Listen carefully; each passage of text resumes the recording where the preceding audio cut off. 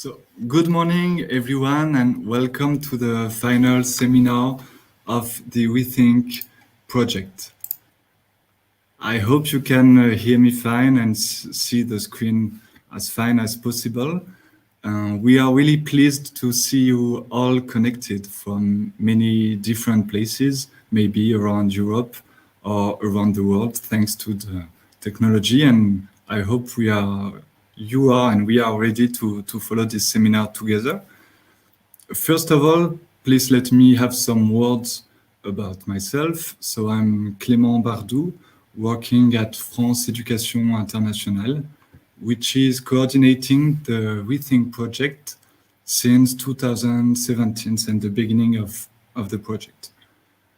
I would like to have just one word towards Marion Pontus Lindelab, who was coordinating the project until the beginning of the year 2020 and contributed largely to the success of this project. Just a few words about France Education International, so the organization coordinating the project. France Education International was created in 1945. Maybe you have knew it before as the CIEP, Centre International d'Études Pédagogiques in French. Now it's called France Education International since last year. Our missions focus on three main areas of professional training and higher education quality. The second objective is the support for the promotion of the French language around the world by training teachers and education managers and by also issuing certifications in French. The last kind of activity we have is the support for international mobility for people through language assistant and teacher exchange programs. So I would like to say this is a great honor for France Education International to be part of this Rethink project and to work with the great partners you will have the chance to discover during this final seminar. So before presenting you the Rethink project and before starting this session, we can have a look together on the final seminar program. So today, as you can see, we will start with, after the presentation of the Rethink project, by the presentation of the first output of the project. Morgane and Knepper from the Mémorial de la Shoah will present you the Rethink database. Then Isabelle Diependaele from Kazerne Dossin will have the pleasure to launch to start the Rethink Network. And finally, we will have the pleasure to hear Nena Moknik addressing a lecture about Never Again is Now Again, the historical persistence of collective violence and critical thinking in Remembrance Education. Normally, we should finish our first session around 1 p.m.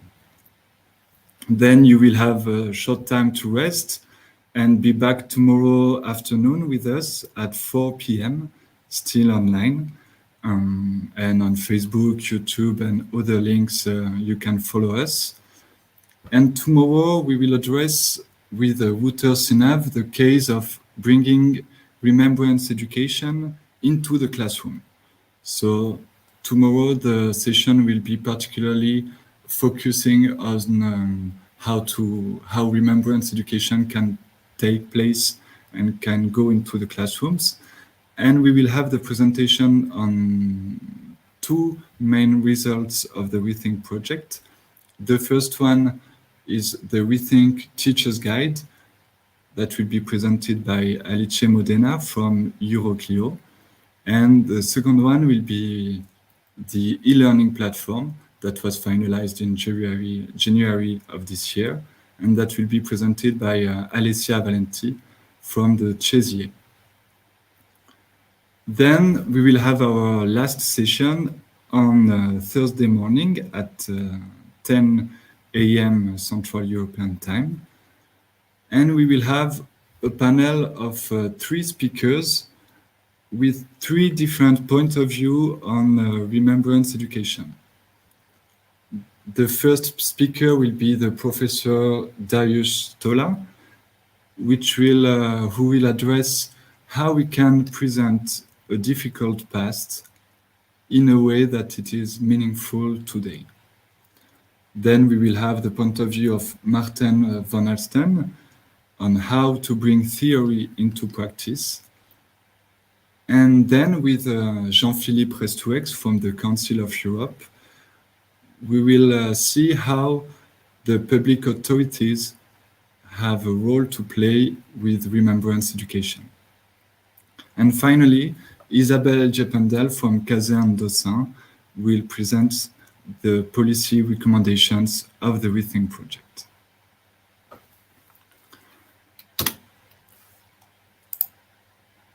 I have some reminders before presenting you the Rethink project. Reminders on how you can, and we wish you can participate to this conference, not only by listening, but also by participating. The first point is your feedbacks. We would like to receive your feedbacks after each session. Here on the screen, you can see a QR code. So at the end of each session, you will find this QR code on the screen. And thanks to your smartphone, you will have the possibility to scan it and go directly on the feedback form to fulfill the feedback form and send them to us. If you're like me and you don't have the smartphone adapted for this QR code, you will be able to find a link on the comments to find the feedback forms. Also, for those who will have to leave the session or cannot follow one of the sessions, don't worry, the videos will be shared on YouTube, Facebook, and on the Rethink website at the end of the final conference, so after Thursday. And they will be available at least some months and some years. Last point, we would like to receive your questions and your comments during the presentations. How you can send us your comments and questions? The first means is with YouTube or Facebook. You can comment the video and we will receive directly your comments. Or you can also find a link on YouTube and Facebook to access to a web page on which you can write your questions. These questions will be read and taken into account during the output presentations and also during the lectures or during the panel. So please don't worry to send us any remarks, any testimonies also of how you're working with remembrance education. If you are a teacher, if you are an educator, if you are a student or whatever, it will be a great pleasure for us to read your comments. Also, you may have seen that we were asking you some questions on the Facebook event or also on the YouTube event or YouTube videos. So please don't hesitate to answer to these questions. So let's move on now on the presentation of the Rethink project. So first of all, Rethink, what is meaning Rethink? Rethink comes for Remembrance Education for Thinking Critically. It is a project co-funded by the European Commission through the Erasmus Plus program, and especially the call for support for policy reform and the social inclusion through education, training, and youth. The project started in December 2017 and will end at the end of this month, at the end of March 2021. About the budget of the project is around 600,000 euros for the 3 years of the project. So maybe the main question is why Rethink? Why this project? So while developing and writing this project, we had some observations.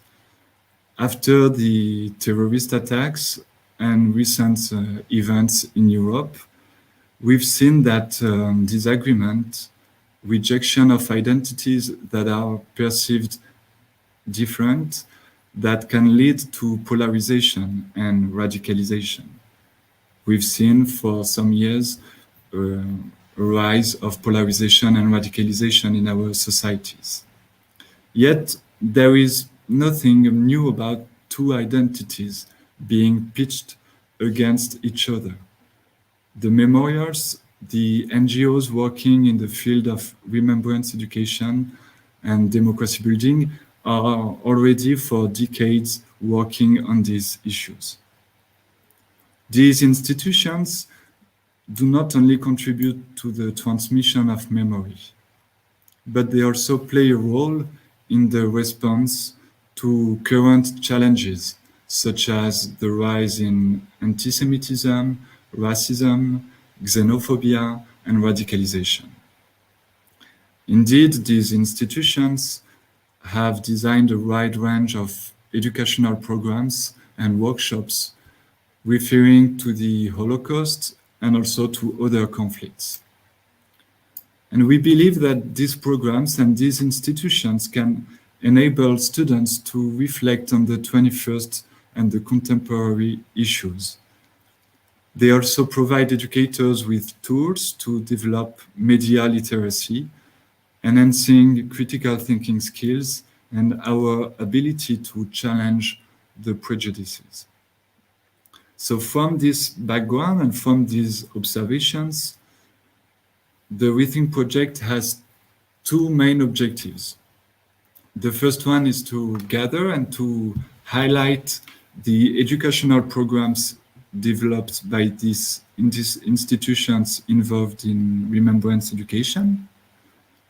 And also, of course, to disseminate these innovative tools widely, all over the partners' countries within Europe, and maybe also all over the world, and to disseminate these innovative tools to reach the teachers and to help the teachers to deal with controversial issues.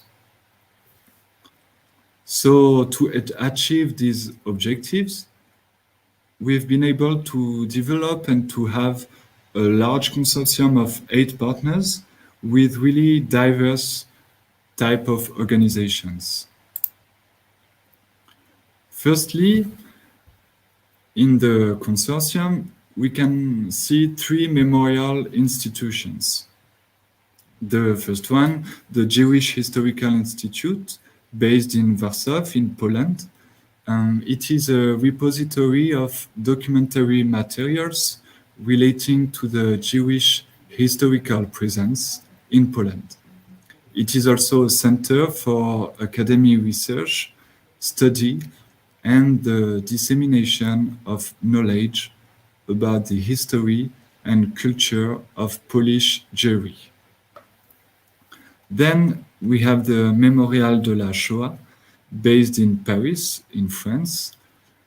At first, the Mémorial de la Shoah was a center of Jewish documentation on the persecutions of European Jews, and it is now a museum hosting exhibitions, an archival center, and a place of remembrance and transmission of memory, working closely with the French Ministry of Youth and Education.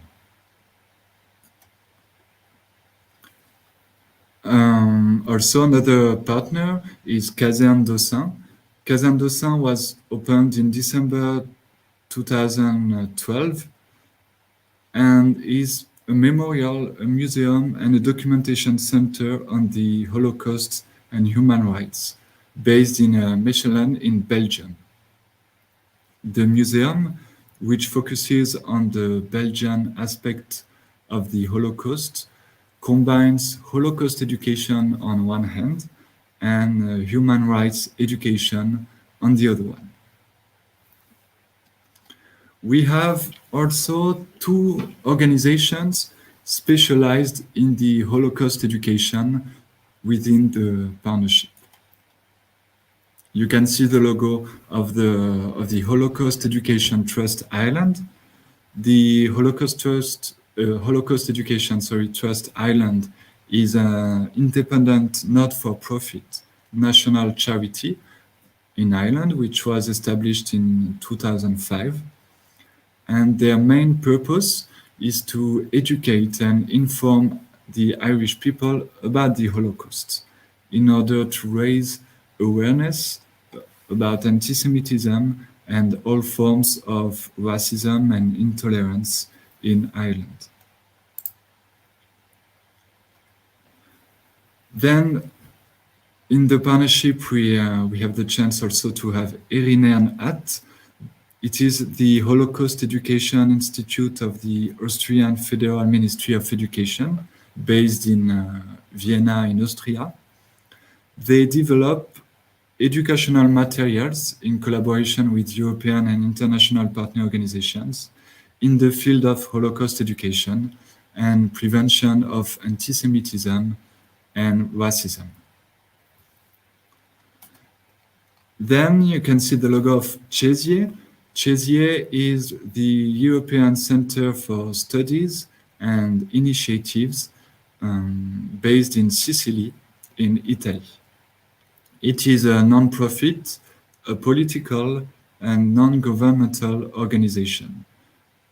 They were established in 2001, inspired by the work and the theories of the pacifist Danilo Dolci. Then finally, the partnership can count on the organization Euroclio from The Hague in Netherlands. So Euroclio is the European Association of History Educators. It was established in 1992 to support the development of responsible and innovative history, citizenship, and heritage education as a way to promote critical thinking, mutual respect, peace, stability, and democracy. They have a great network, and thanks to that, they can implement projects and activities with over 25,000 history educators from over 50 countries in the fields of cultural heritage, digital learning, inclusion, diversity, peace and reconciliation, and remembrance. Finally, you can see, so France Education Internationale, we are coordinating this project. I already had some words about our organization. I would like also to have a word about three partners that were part of the project at the beginning, but had to leave the project on the first year. The House of the 1C Conference, based in Germany, the CDRSE in Greece, and the Living History Forum from Sweden. So now, as you can see, we are 8 partners working within the project, but we can also count on more than 20 associated partners all over Europe and also outside Europe that were part of the project on some outputs and some work packages. Now we can have an overview of the work that have been done during the project and how we've organized this work and how these different results were planned and achieved. I won't go into the details since, as you have seen it in the schedule, we will have more detailed presentation by the work package leaders on the 3 sessions of the final seminar. So the first work packages was dedicated to the situational analysis. The idea was to identify, to describe and collect all the practices that could be relevant within Remembrance Education to enhance students' critical thinking skills and to promote media literacy. These practices can come from the partners of the project, but they also have been developed by the associated partners in Europe or in other countries. The first result we had and we achieved during the project is the online database. This work package was led by the Mémorial de la Shoah, and you will have a presentation of the online database by the Mémorial de la Shoah just after my talk. The work package number 2, called Upscaling, was led by Euroclio. And the idea and the objective of this work package was to select and to gather experts and to ask them to analyze the practices gathered within the first work package and to select some of these practices and to adapt them to other geographical and social contexts. Indeed, you know, and you can imagine that one practice used in Poland, for example, will need some adaptation to be used in Ireland or in Italy or in France. So this was the work done by the experts under the leadership of Euroclio. Thanks to this work, we have been able to finalize and to publish a handbook for teachers. This handbook will be presented tomorrow. Just a few words. This handbook is composed by tips and recommendations for the teachers who would like to implement some practices in their classrooms. The third work package is the e-learning platform. Chézier was the leader of this work package, and we've been able, thanks to all the partners, to finalize 8 training modules with a training methodology document and assessment materials. Of course, you will have more information tomorrow on this e-learning platform, and you can find all these results, the online database, the handbook for teachers, and the e-learning platform on the Rethink website. The fourth work package is called dissemination. The leaders were Kazerne, Dossin, and Chézier. First of all, I would like, within this work package, dissemination, to thank these 2 organizations for the organization of this final seminar, which is part of the dissemination. Of course, you know that with the actual pandemic, all the organizations have to adapt and their events. And Kazerne, Dossin, and Chézier were able to organize in some months this online seminar, and we are really glad for that. And within this work package, we've been able to create, thanks to the Chézier also, the Rethink website. All the partners have been able to organize multiplier events in their countries towards teachers, national authorities, to present at a more local level the Rethink project and its results. And within this dissemination work package, we have the creation of the Rethink Network. Isabelle Diependaele from Kazerne Dossin will present you the network today in some minutes. The 2 last work packages were led by France Education International. So the first one, the 5th one, is the management.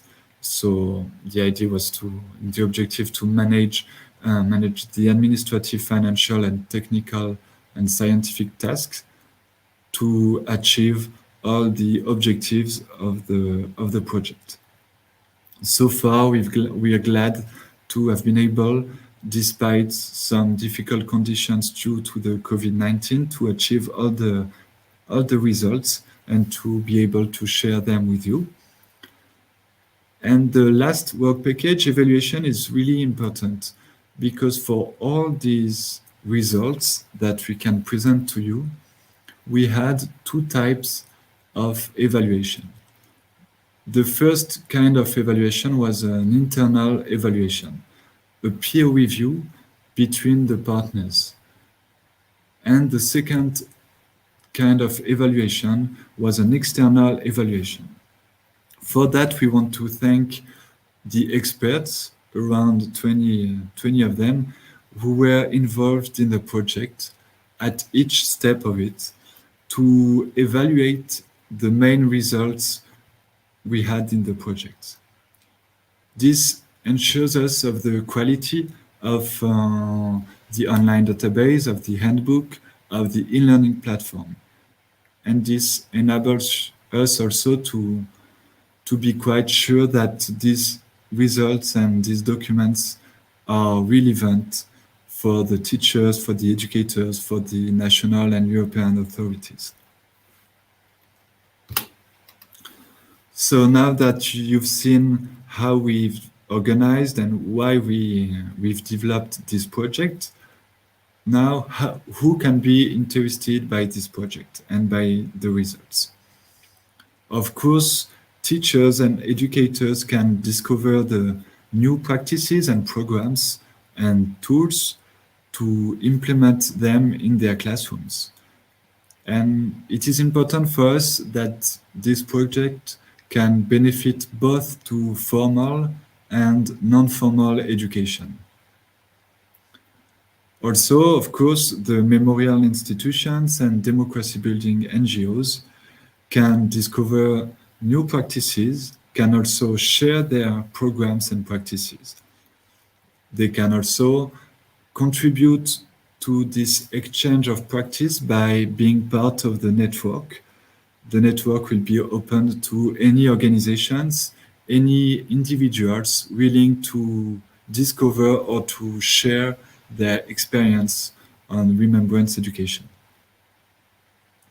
Of course, we believe that national and European, as well as local authorities, have a role to play on Remembrance Education and how to tackle discrimination and intolerance. Authorities will receive the policy recommendations to support the improvement of innovative tools to challenge prejudices and intolerance. We think also that these authorities has a role to play to enhance cooperation between formal and non-formal education. For example, to foster cooperation between schools and memorials, schools and museums, and so on.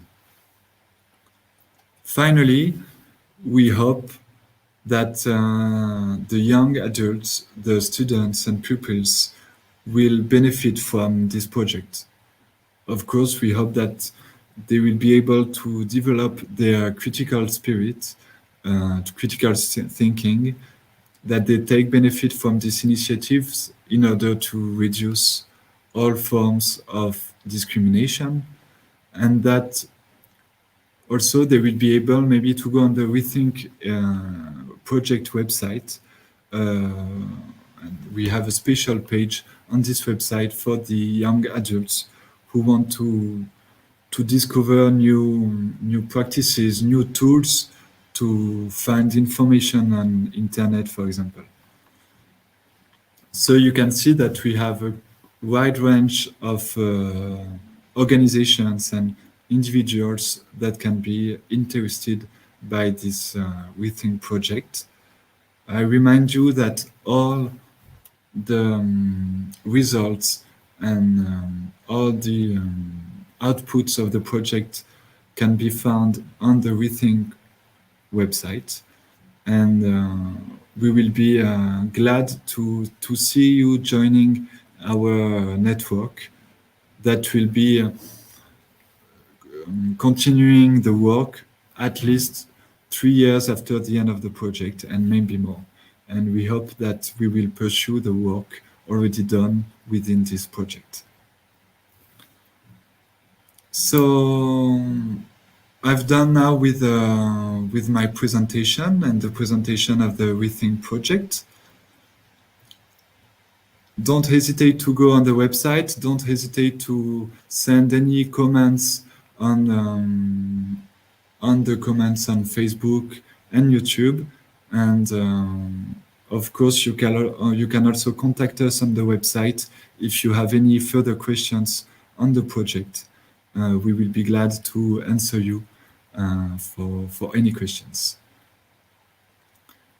So I've been quicker than planned, but now I will leave the screen and leave it to Morgane Knepper from the Mémorial de la Shoah. And she will present the Rethink Network. Thank you very much for your attention. Okay, good morning, everyone. I will start my presentation.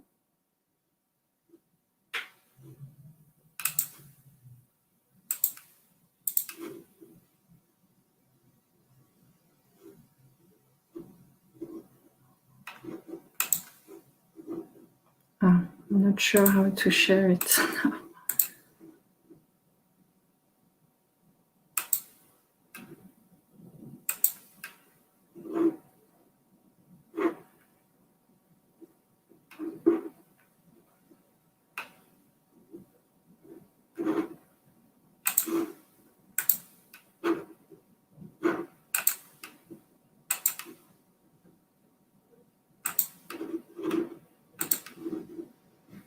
I'm not sure if you can see my presentation now.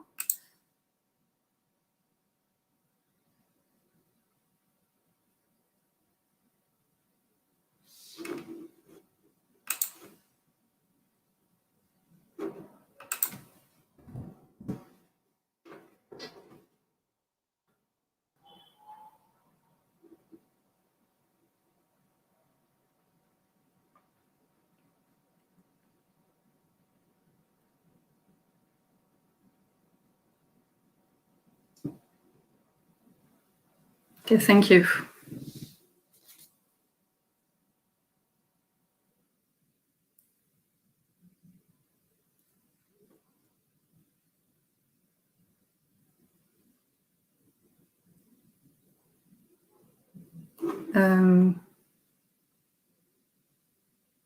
So can we see it in a full screen mode, maybe?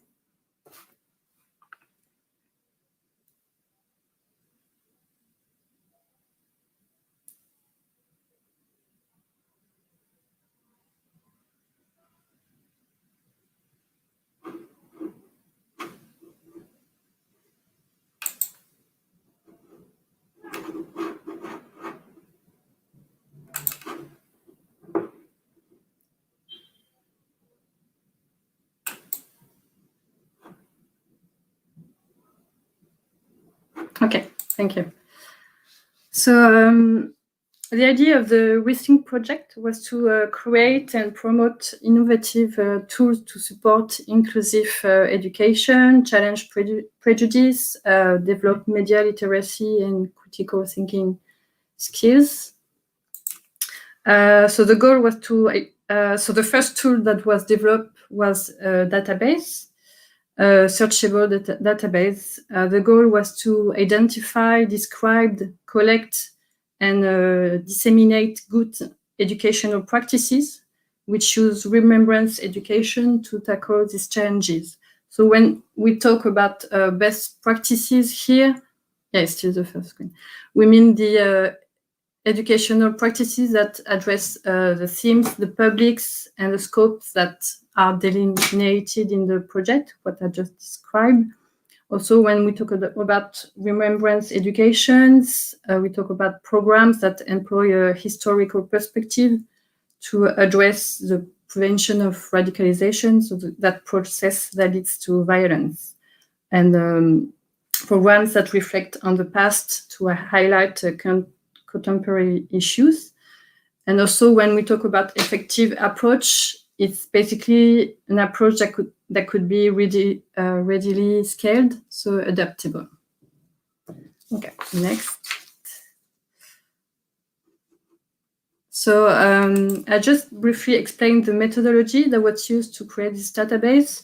There were three main objectives.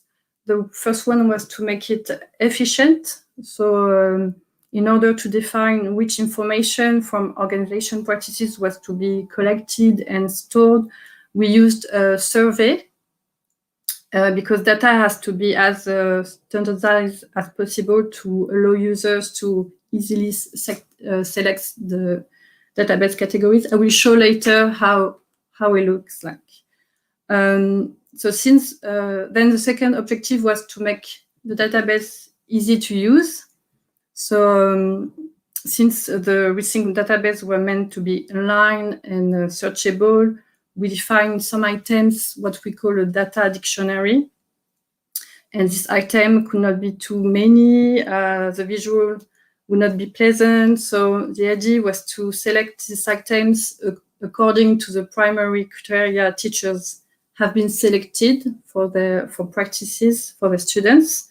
And so this selection allowed us to have a database easy to navigate and quick to search.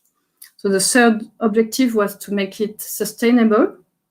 So the survey is now online and it's connected to the database. It can be used, completed, and the information will be automatically stored in the database. And it will stay as long as the website lives. So the database, I forgot to mention, is housed on the Rethink project website. So next. So the main target for this database are, of course, educators and the student, but not only. We think that it might interest policymakers or civil society actors, even maybe police officers, like for police training. Also educators in non-school settings like museums. Also, which kind of educational practices we can find on the database. So given Rethink's focus on both formal and informal education, the range remained broad. We decided to make it broad, but not limited. So we can find exhibition, guided tours, workshop, all kind of resources. Next. So from which kind of organization do the practices come from? So Clément mentioned it before. So the consortium members, of course, participate in the database, but also other memorials are part of it, have put on some practices, NGOs, civic association. The idea here was also to look beyond institutions and programs that are only centered on the memory of the Holocaust, to embrace a greater range of relevant and innovative practices, capturing programs that address other kinds of prejudices and challenges and currently affecting our society, such as xenophobia, Islamophobia, and other present-day concerns. So now I will show you how it works. So next slide. So you can access it from the Rethink website, the homepage, and you go to the resources and you will find the database, or you can use a direct link or just through a Google search, you will easily find it. So when you access it, so maybe, yeah, it's a little bit small, but you will, when you arrive on the homepage, this is how the database looks like. It's very easy to use. You can, like I said before, you can search for practice from different entries and filters, depending on what you're looking for. So if you have you can, yeah. So if you have a specific organization in mind, or you have a special format you're interested in, or a language, a country, and depending also on the target population the population you're targeting. So so when you click on a practice, this is what you will find. So the next, and next one. So this is one example of a practice. So when you arrive on this page, you will find again what I mentioned earlier, all the aspects of the themes, organization, format, and everything. And for each practice, you will find the same kind of intervention. First, you will have the main characteristic of the practice, so the format, target population, the costs, the themes, and then we go much more into details into the aim and impact of the practice. So really the core content, and then the final section is about scalability. So what makes the practice adaptable, and also the challenges in making adaptable to your own audience. So you'll find also all the contact details of the organization who propose these practices, so the website and contact the email. So now, just quickly, I will show you the results of the database, the results page. So the database was completed in September 2018. 76 practices were collected since from 46 different organizations, coming from 14 countries. 10 are from the European Union, and 4 outside the European Union. And we had 3,156 visitors since it was online. So now if you, so the database remains a work in progress and aims at listing as many relevant practices as possible. It is therefore still possible to add more practices even after the project ends. So if you know any practice which would fit in, whether that's your organization or another organization, you can just fill in the survey, and your practice will appear in the database. Yeah, thank you for your attention.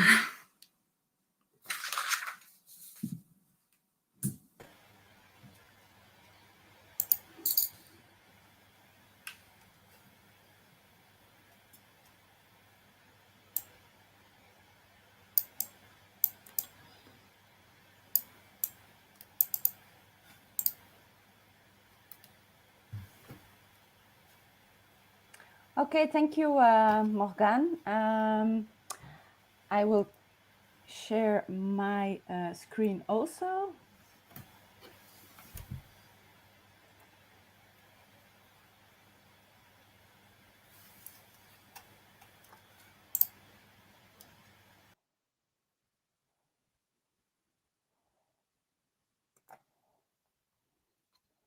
Here we go. I hope you can see my PowerPoint presentation.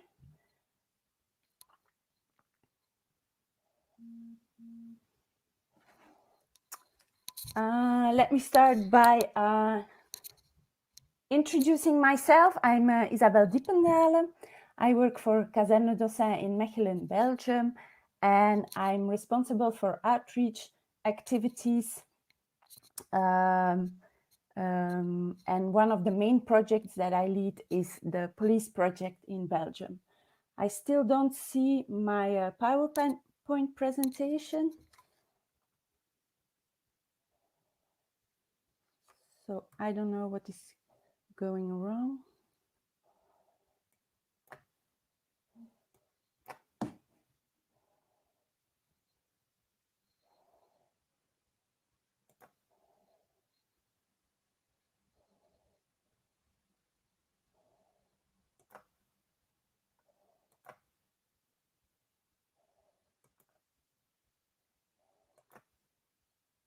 Okay, let me see. It will work now, I think.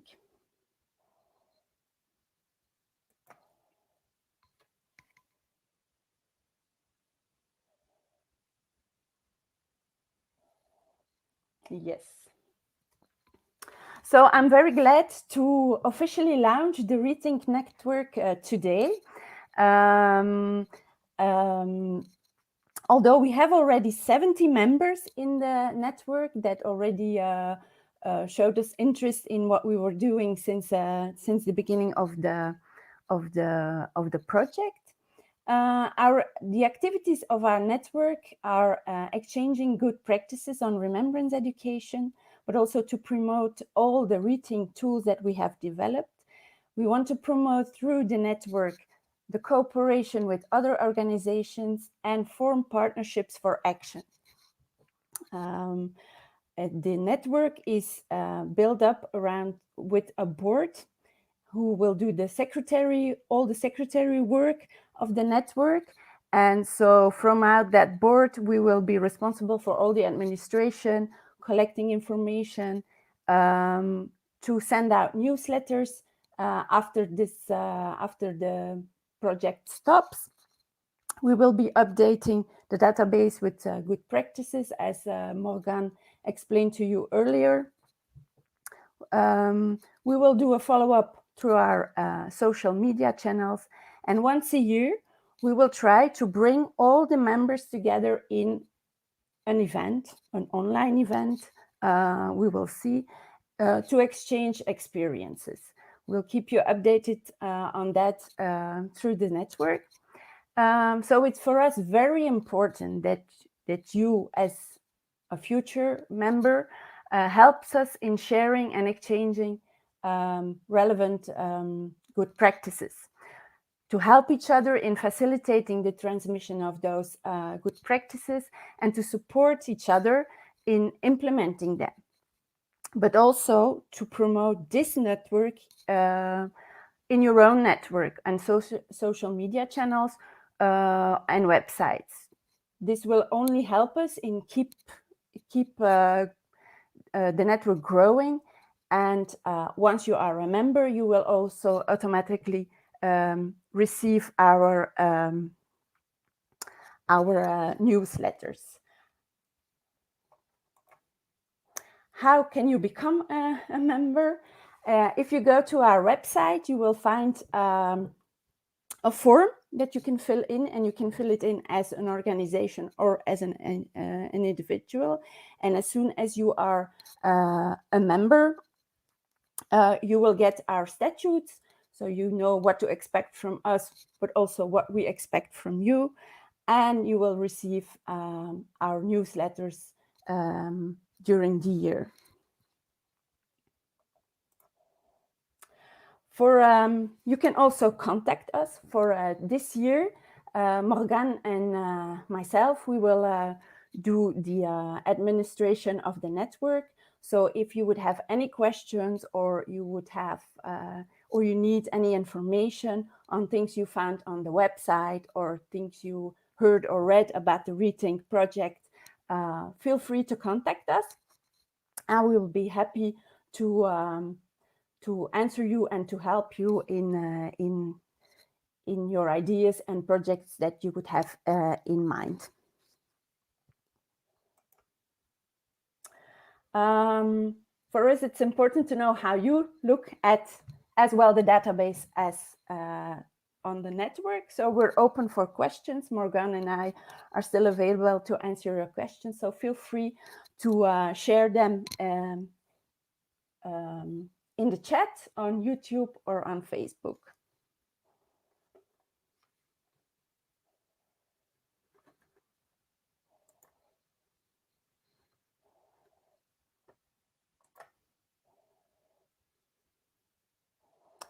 I will give you all some minutes to type your questions into the chat.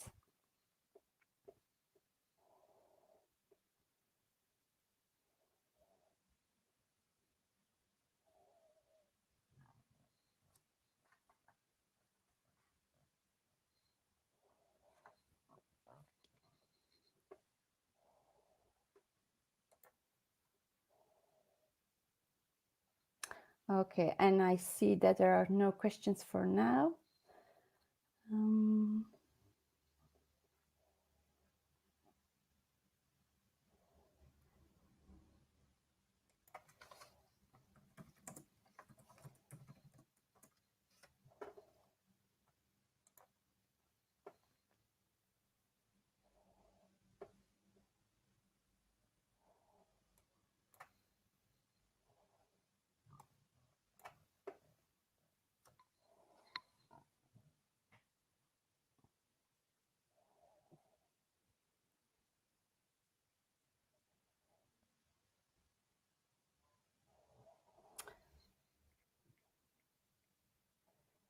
We are sharing now the website, our project website, and here you can find all our outputs.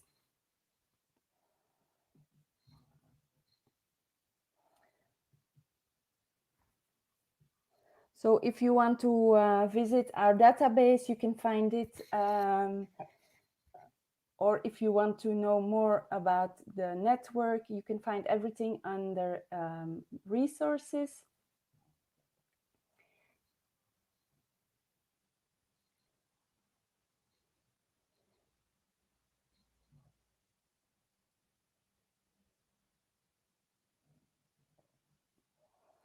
You see the page like you saw in my PowerPoint presentation, the form you need to fill in to become a member. And maybe we can show the survey where Morgane talked about how to send in your good practices to be added to the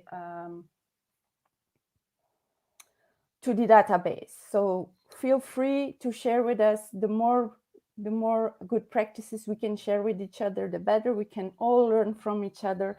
Every organization has its own expertise to be shared.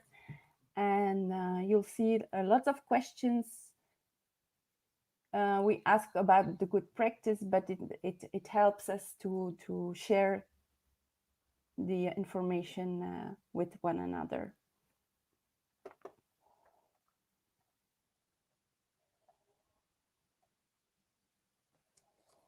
Even if your good practices are not translated in English, that's not a problem. We'll mention it in the database. And the most important is to have an idea on what it is about and how people can get in contact with your organization to have more information, or maybe to work together, or have an update on your good practice.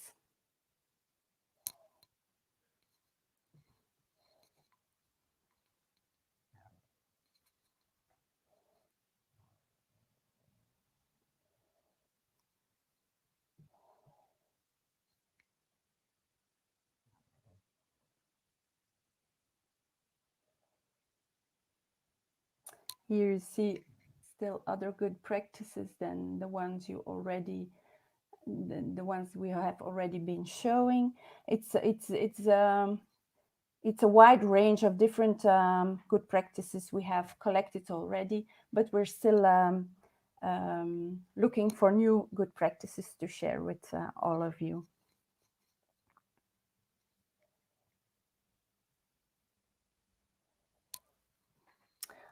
I don't know if there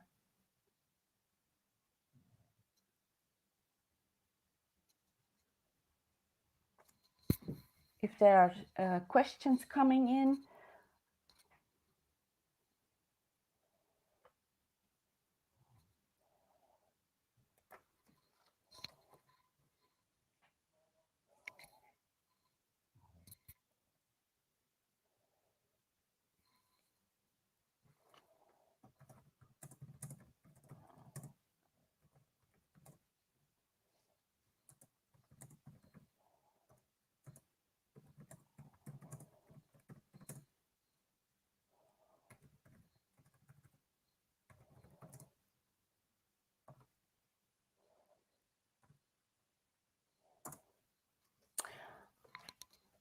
Okay, I propose a small break now before we go to the keynote lecture.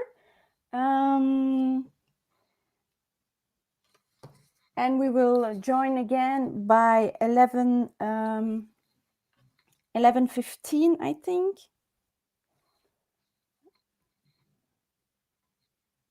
Oh, I see there is a question. Okay.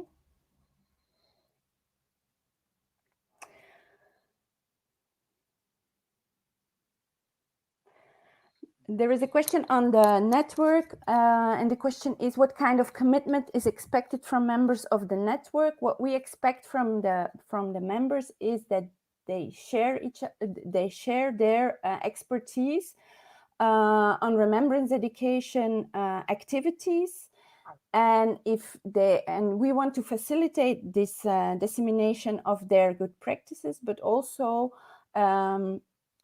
help organization in developing new good practices, in starting up projects together, and look together how different organizations can help each other.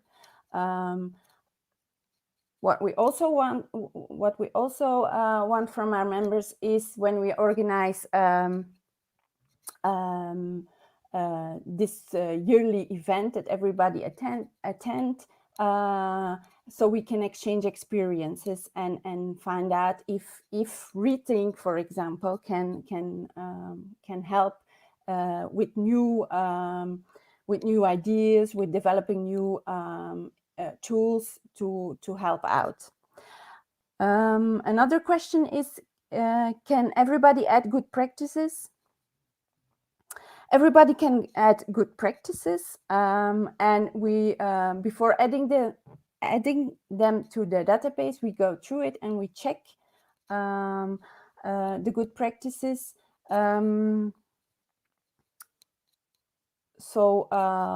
But every organization can add the good practice.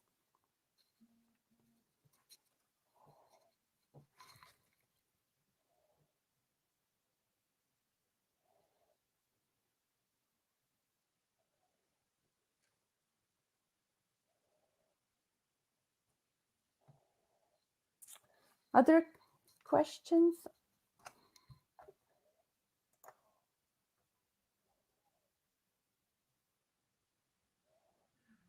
Okay, I don't see any new questions coming in. So I propose the break until 11:15. We'll be back, and then we will start our keynote lecture.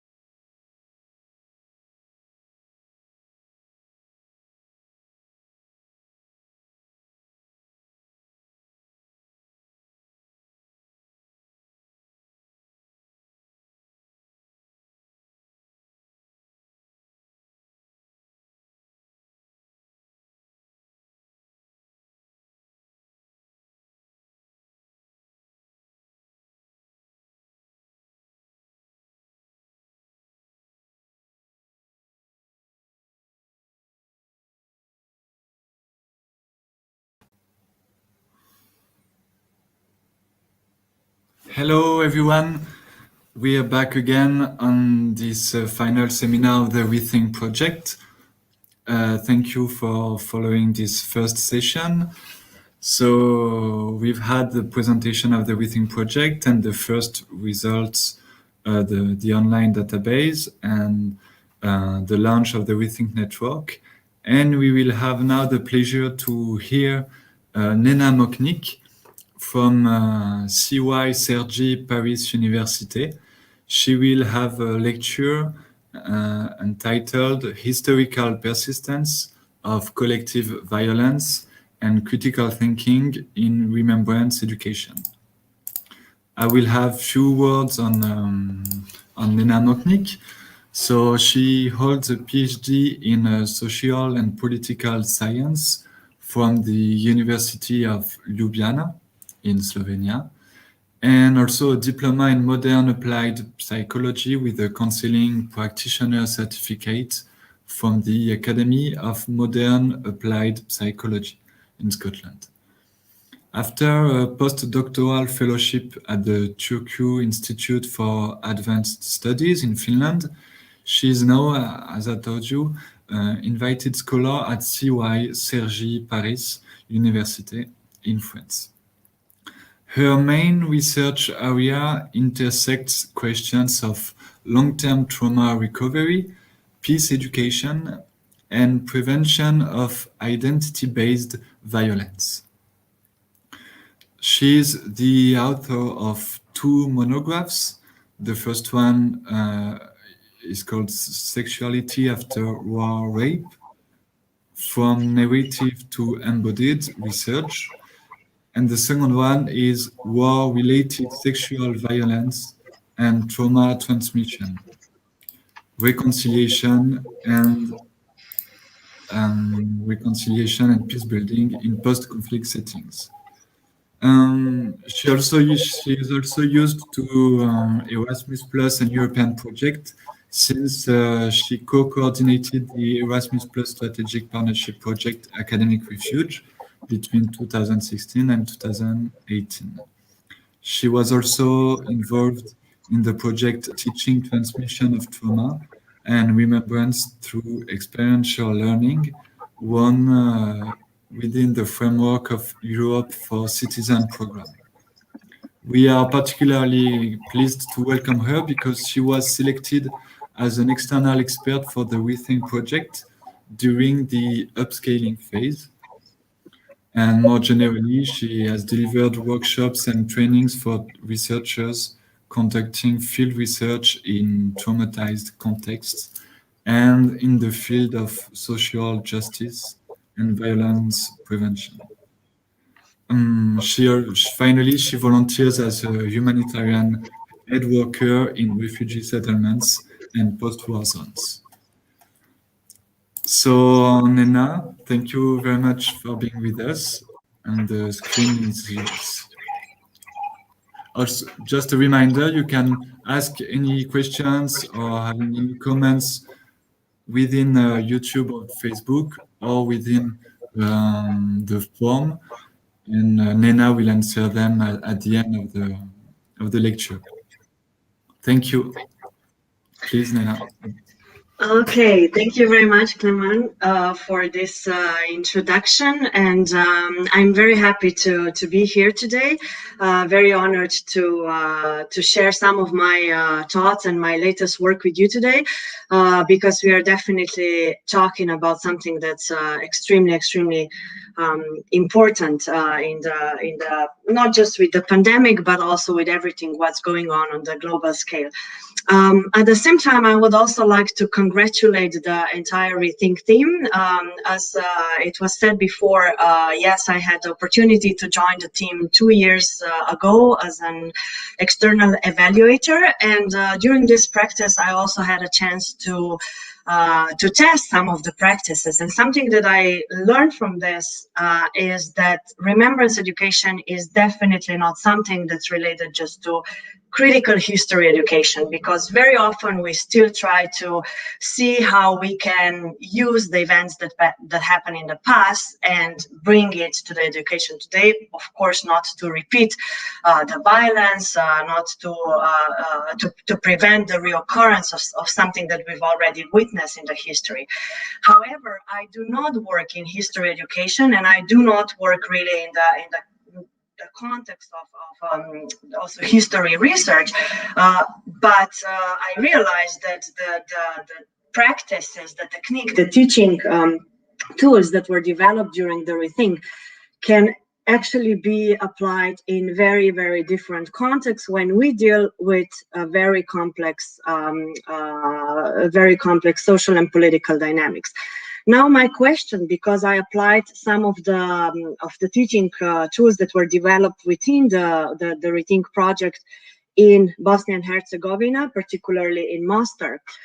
So my question there was, when do we start to think about history? When do we start to think about remembrance? So it's very clear that in European context, when we talk about critical history education, remembrance practices, we very often refer back to the Second World War, because obviously this is something that is shared among basically all European Union nations and communities that live in this particular socio-political space. But at the same time, then my question is also, so do we look only 70 years ago, or if you want, I don't know, 25 years ago when it comes to the context of Balkans, or should we start thinking about remembrance also about a year ago, about 2 years ago?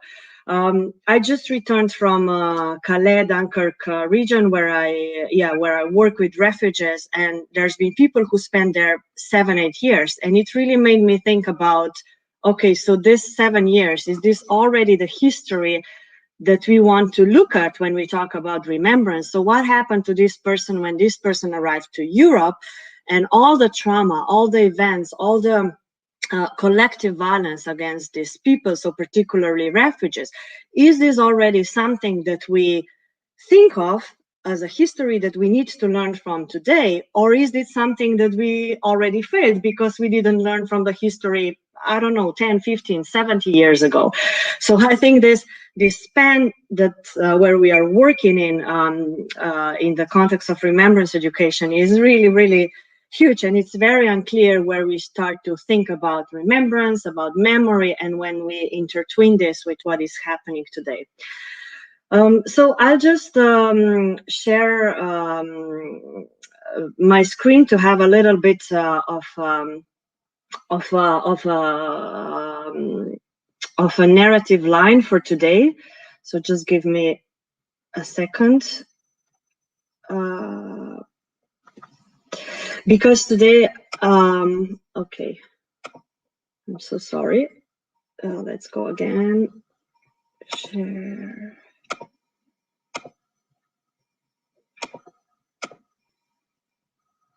Yeah.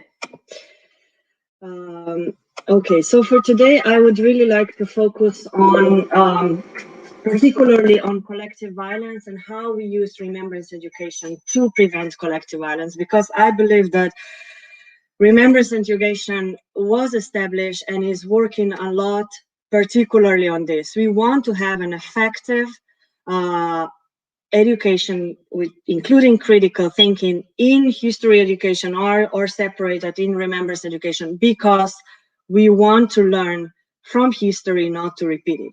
Now, I think the most kind of frustrating moment when it comes to this is that we do repeat the same, I would say, failures from the history. So it's happening again and again and again.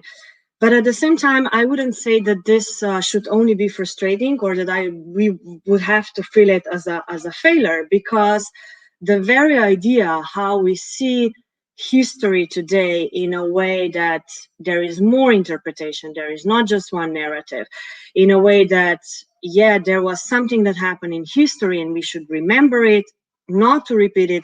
It's quite new. So it's going on now for a few decades, but I can say that from my field work, which included a lot of history professors from around Europe, so from different countries in Europe, I can confirm that looking into history from the critical point of view and allowing that there is more narrative, that there is also a lot of marginalized voices that are still that are just now getting more space, more voice in the entire European history narrative, if you want. So we need to acknowledge that this is in the whole tradition of history education, this is pretty much something new that we are still trying to develop. So I think if we are still failing, if we are still repeating certain mistakes, if collective violence is still reoccurring, it's because the entire process of unlearning how not to repeat it, or how to establish practices to effectively prevent it, is going to take a lot of time and a lot of course, effort through projects like Rethink and so on. So this is one thing. Remembrance education, in my point of view, how we see it today and how important we see the role of it, is quite new. And one of the problems that I see particularly at the university level is that it's not something that's mandatory. So it's not something that's there as something that everyone should go through. We have more remembrance education, particularly in the context of citizens or civic education. And then a lot of remembrance education is going on through, I would say, public institutions or private NGO sector that is working outside of official state institutions. So until remembrance education becomes something that is mandatory, we will still struggle actually to break through and to bring in more of the ideas that it's important to learn how to prevent collective violence. So it's not just out there. We acknowledge that it's happening, that it's recurring, that we are still, let's say, failing or making the same mistakes. But I do believe that the way how we are about to learn it should be systematic. So it's not enough that we just acknowledge it, but really learning it systematically. And then the second point is that whenever we talk about remembrance education, I believe we focus a lot on traumatic events, because this is, of course, something we want to prevent. Obviously, we also want to keep good practices. And I would say, if we talk about Holocaust and Second World War in Europe, and if we see how everything evolved after this event, I would say that we also have a lot of very good practices that work, and also Rethink project, from what I've seen as an external evaluator, develop some of the practices on the basis of the experience that partners had throughout the years. So these practices that obviously work and that are effective and that actually have the impact on the learners. So we do have, of course, these positive practices, but then on the other hand, when we think about remembrance education, we try to deal also like what to do with the failures and with the trauma that was not just a consequence of the event itself, but is perpetuating also today. So it's going through one generation to the preceding generations. And now we have a lot of evidence that this trauma transmission is a real thing, that it's being transmitted both biologically and culturally. So today we are not dealing only with what do we do with the event as such and the trauma, and to kind of like break the cycle of this trauma, but also how to deal with the secondary trauma and the tertiary trauma. So the trauma that is, you know, now embedded in the second, third generation of people who survived. Because trauma, collective trauma, is one of my of the fields that I'm specifically focused on, what I think is really important, and it's happening, and there is a shift being made, is that we are more and more understanding and recognizing trauma as something that is social and a political phenomena, rather than something that's only biological or medical. So from my work, I've been working a lot with intergenerational transmission of trauma in communities that survive detention, concentration camps, mass rapes during the war in Bosnia and Herzegovina in the 90s. And what I could notice is that the way how we still deal with a trauma that is a consequence of a collective violence is that we try to engage individuals into individual healing, into individual processing of this trauma. Whereas to a certain extent, it's extremely important because, of course, individual has to learn how to live now with this traumatic experience on their own, because a lot of symptoms, of course, I mean, the very trauma is embodied, and a lot of symptoms are manifested in this very physical embodied way. So this is one level, and this is how we mostly still work with people who survive collective violence and are suffering from the trauma as a consequence. But then on another level, what we still need to work on is we need to recognize more that the trauma as a consequence of collective violence is something that we as a society, as a community, have to work on as well. So it's not enough only that individual who is traumatized, who comes from the traumatic context and try to heal afterwards, is working on themselves, but the entire society, the entire community has to be as a supporting mechanism. And in this way, when I'm thinking of remembrance education, I also think that here we have a lot of potentials how we can see this as a therapy. So here I would just like to emphasize that therapy, of course, has a very limited notion, but I'm talking here about type of a social therapy where people can take responsibility of each others as community members, as opposed to isolating traumatized individuals into the medical facilities and basically leave them there to kind of recover. We also know that recovery from collective trauma, from such huge atrocities like, you know, surviving or even witnessing genocide is probably not being is probably not going to be healed at any moment. So people mostly just live how to cope with the symptoms. However, I do believe that remembrance education has a lot of potentials how we can think of it like as a sociotherapy kind of method that we can help individuals that are traumatized to recover. And in this way, for instance, lots of practices also, again, within the Rethink project are trying to bring in witnesses, survivors, so people who were on the front line of the collective violence. So bringing in these people is basically acknowledging survivors and victims, acknowledging the pain, and then sharing this pain within the community and taking a little bit of a burden from the survivor as such.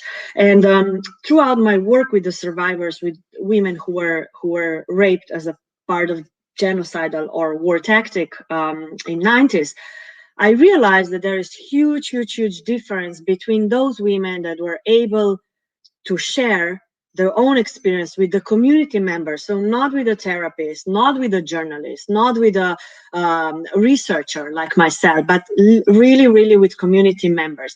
And I just mentioned that I used one of the practices that was shared with the Rethink partners in my own work in Mostar. And we organized a workshop where women survivors came to talk about their own experiences and also to talk with young people. They were approximately 14, 15, 16 years old, about sexual violence as such. So as you can see, it wasn't a workshop, it wasn't a session on history as such, but it was about something that has happened in history and that can potentially happen again. And then we had this combination of women survivors and women and young people who were born, I don't know, 10, 15 years after the war, sharing this experience. And I have been working with these survivors for last 9 years, so I pretty much know about what's going on in terms of their recovery. I have been following very closely how they are trying to cope with trauma, how they are navigating their own family life and together with the traumatic symptoms.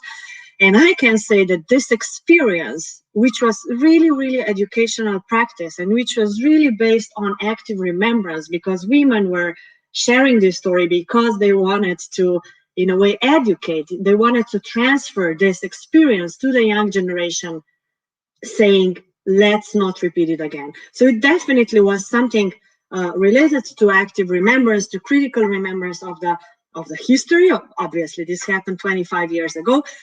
But at the same time, it also had this, I would say, therapeutic potential that I see that remembrance education can bring when we engage survivors or witnesses or people who have been traumatized through the collective violence into educational practices. So this is just a brief introduction to continue with the topic or the concept that I would really like to address, because I think it's a key word and key concept when it comes to remembrance education, and also because I think that we all have an idea, and maybe we also use it very often, particularly in this context of remembrance, but I'm not really sure if we all in practice share the same experiences, what never again really means. So at this moment, and when I will try to explain a little bit more of my understanding, a very conceptual but also practical understanding of the ethics of never again, I would like to ask you to go to the site www.zitings.com, never now, and please, if you can, come up with up to 10 words, 10 associations that you can think of when you see a hashtag never again, or just when you think of never again. So please don't write sentences, don't write concepts, don't try to explain it, just words. So when you see never again, or when you hear never again, or even when you use it in your work, what is the key words that are related to never again? And we will have a look on this a bit later. So just go to the site zitings.com, never now, and please type your words, and we will look afterwards. How do we understand this, and how do we maybe use it in our concrete work? And in the meantime, as I said, I would like to say a couple of words about the ethics of never again, because I think this is something we use, and also us as such, I think there is many educational potentials that we can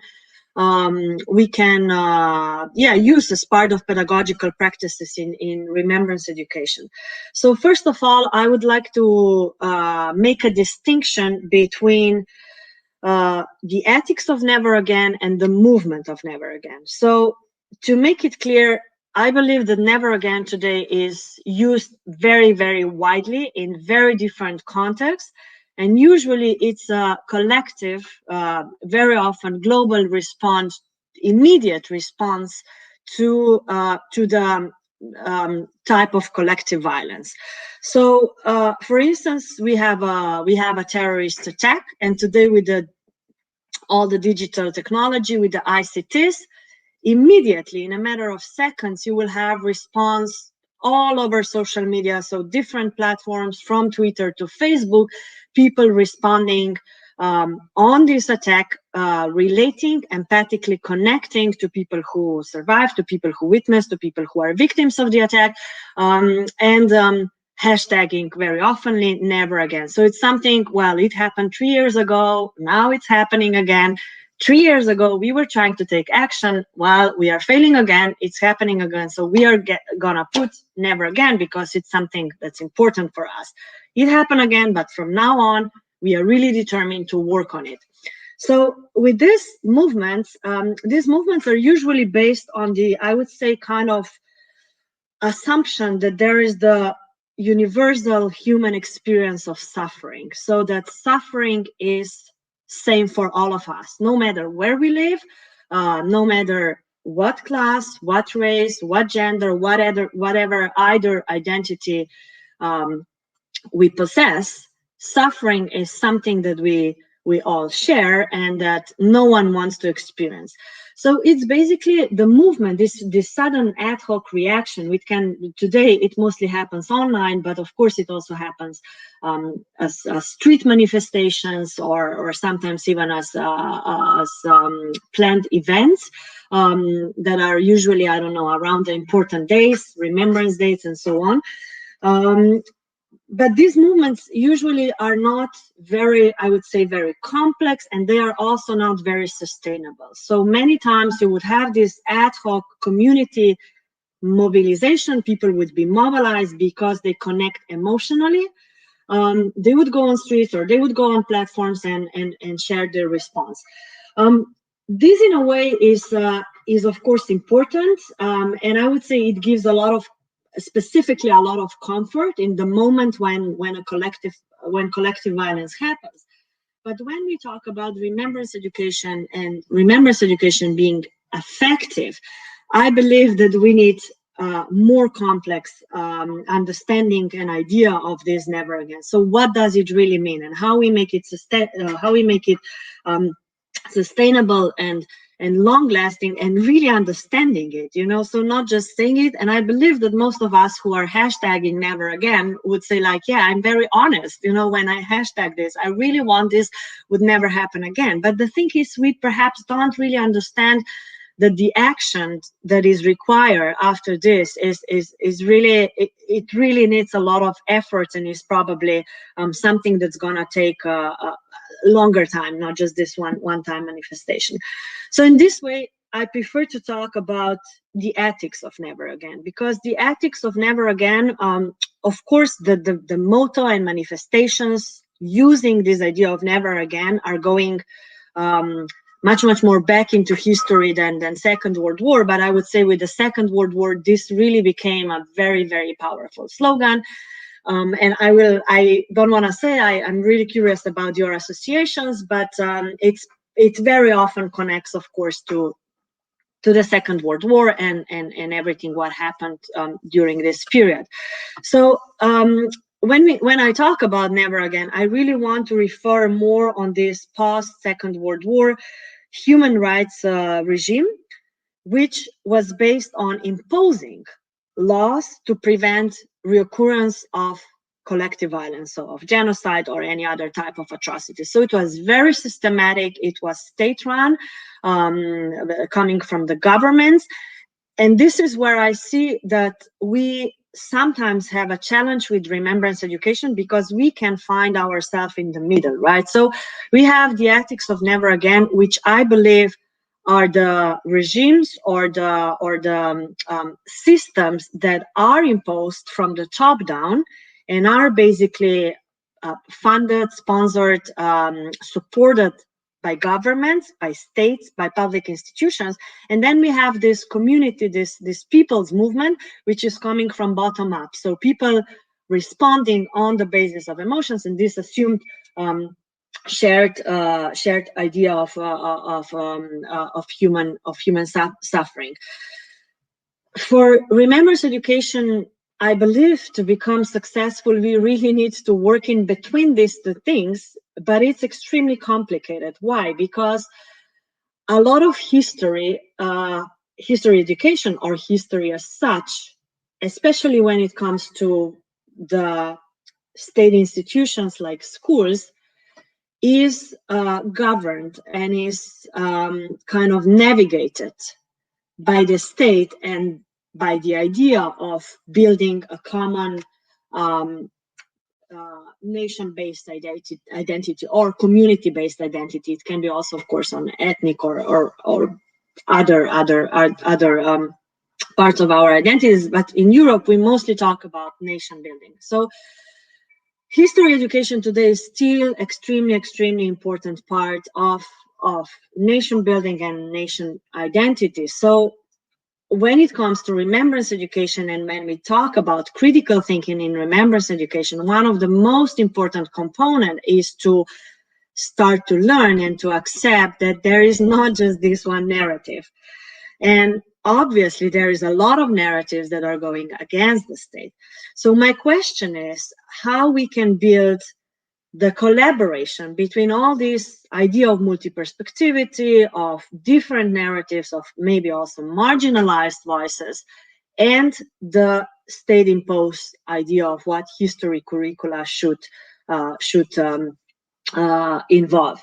And here I come to the other point that I think makes this universal idea of human suffering very challenging, is that when we talk about never again, and when we try to connect globally, and we really can do this today with all the digital tools, so we can things can happen in Colombia, and we as Europeans can connect with this, and we can share the pain and the suffering of people there. And sometimes I believe that in remembrance education, we are trying to establish something that would be in this way universal, like the same as with human rights. So we share something as humans. It doesn't matter where we are in the world or in which time period we live. There is something essential that is shared. So with the remembrance education, we are trying to establish also something similar. So there is something that happened in the history, and it caused a lot of human suffering. And this is something we want to prevent. No matter to which community it happens, where it happens, we just want to prevent it as a human race. Why I think it's very challenging to go with this idea is that when it comes to the recovery after the huge mass atrocity, we as communities, we have very, very different pace. So one thing is, of course, the way how the very atrocity has happened. So the event as such had different formats of collective violence, different scales. And then, of course, everything what happens after this event makes huge differences in how we are going to remember and how we are then going to collaborate with other communities, either on national level or international level. So, for instance, here I am referring to the economical stability after the atrocity, to democratization, to the process of transitional justice, to services that are available to victims and survivors in terms of like psychological, social, economical support, and so on. And then, of course, the very relationship between state and community members that were affected, or maybe community members that collaborated. And if I go back to the European, not the global, but European level, we can see this very clearly today where we are in terms of Second World War. So Second World War is definitely an event that we can that it can be shared as something that happened like on the territory of Europe or European Union, if you want, and something that we can share. But the way how we remember this event and where we are in terms of remembrance today, it's very, very different from every single country. So the problem that when we try to establish kind of remembrance education, that we could maybe use it in different countries across Europe, is that certain practices just don't work because community is not ready to accept these practices. And the same thing is with critical thinking.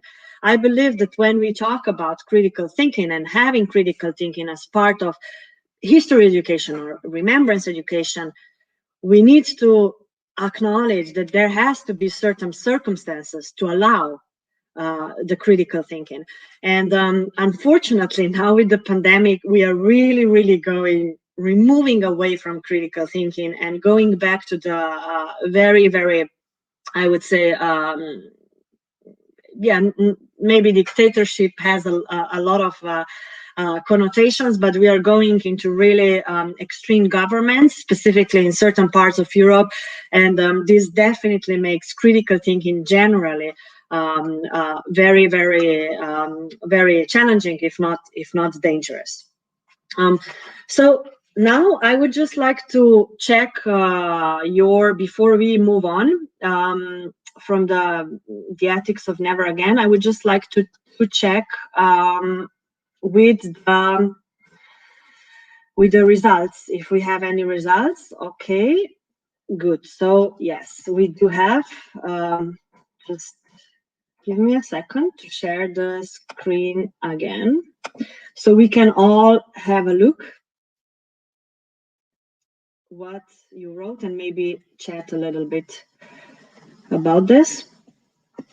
Okay, so I ask you, what is your association? So let's say Holocaust is the biggest one. So as you know, this a word cloud works in a way that more responses that repeat, the bigger the word is. So Holocaust is basically, yeah, it's something that a lot of you have associations with.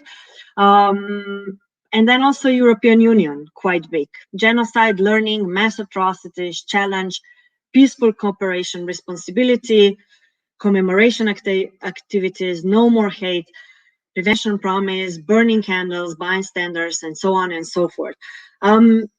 Nice, thank you. Thanks to everyone to share this. It's very interesting. I see we have lots of common also understanding of what Never Again is.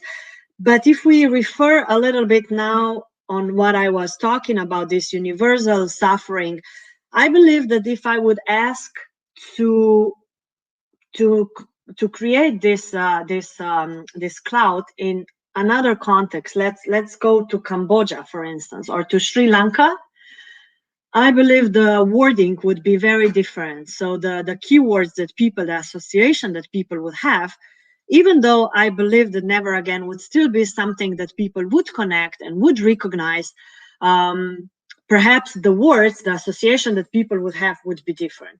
So what I wanted to show with this cloud is just that, yes, we definitely have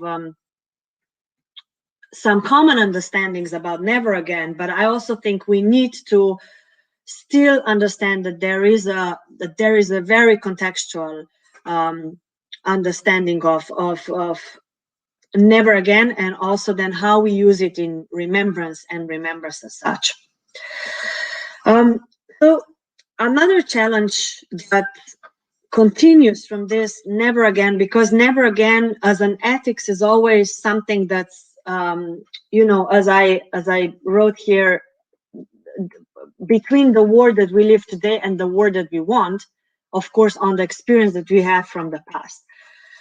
So when we deal with remembrance, when we deal with let's say difficult topics, traumatic topics from the history, and we try to put them into remembrance education with the specific goal of preventing the reoccurrence of the same or similar type of collective violence, we today need to work at least on 3 levels. And this is why I think it makes remembrance education so hard for a lot of educators, and why, from my point of view, at university levels, a lot of history professors still prefer to have a very like kind of monological type of lecturing, where you just convey the information as opposed to share it in the classroom and have this common experience of understanding different parts of our past. So for today, in order to approach history in this critical thinking way, we first have to understand and be able to convey the idea of difficult past. So as I said, in very different regions across Europe, in very different states, we define what difficult past is in different ways. So everyone would have, I would say every community or maybe even nation will have something that is defined as a difficult past. Now, with multi-perspectivity and with, as I said, new voices coming in, also with the oral history, with the memory studies, which are much more personal, more intimate, I would say, we are getting more and more complexity. So for a very long time, we had this one history narrative. There was no questioning. It was legitimate. It was confirmed usually by the state authorities. But now with the multi-perspectivity, we are basically opening the stage to everyone who wants to participate. And of course, we have now another challenge, how to limit this, so where to put limits, because also not everything you know, can be just simply accepted and heard and taken for granted. So of course there is this critical thinking to to all this diversity of stories. So we have more and more complexity coming in with multi-perspectivity, with understanding that there is multiple narratives. And then another thing that is coming from the trauma studies particularly is that a lot of medical research, and then also like social and psychological research into collective trauma, have now confirmed that memory, specifically traumatic memory, is not 100% reliable. And the problem is that here we deal with the denial of history and then reliability of memory. So it's really not the same thing, and I really want to emphasize this. Denial is not the same thing as questioning memory. So here just a little bit of detour.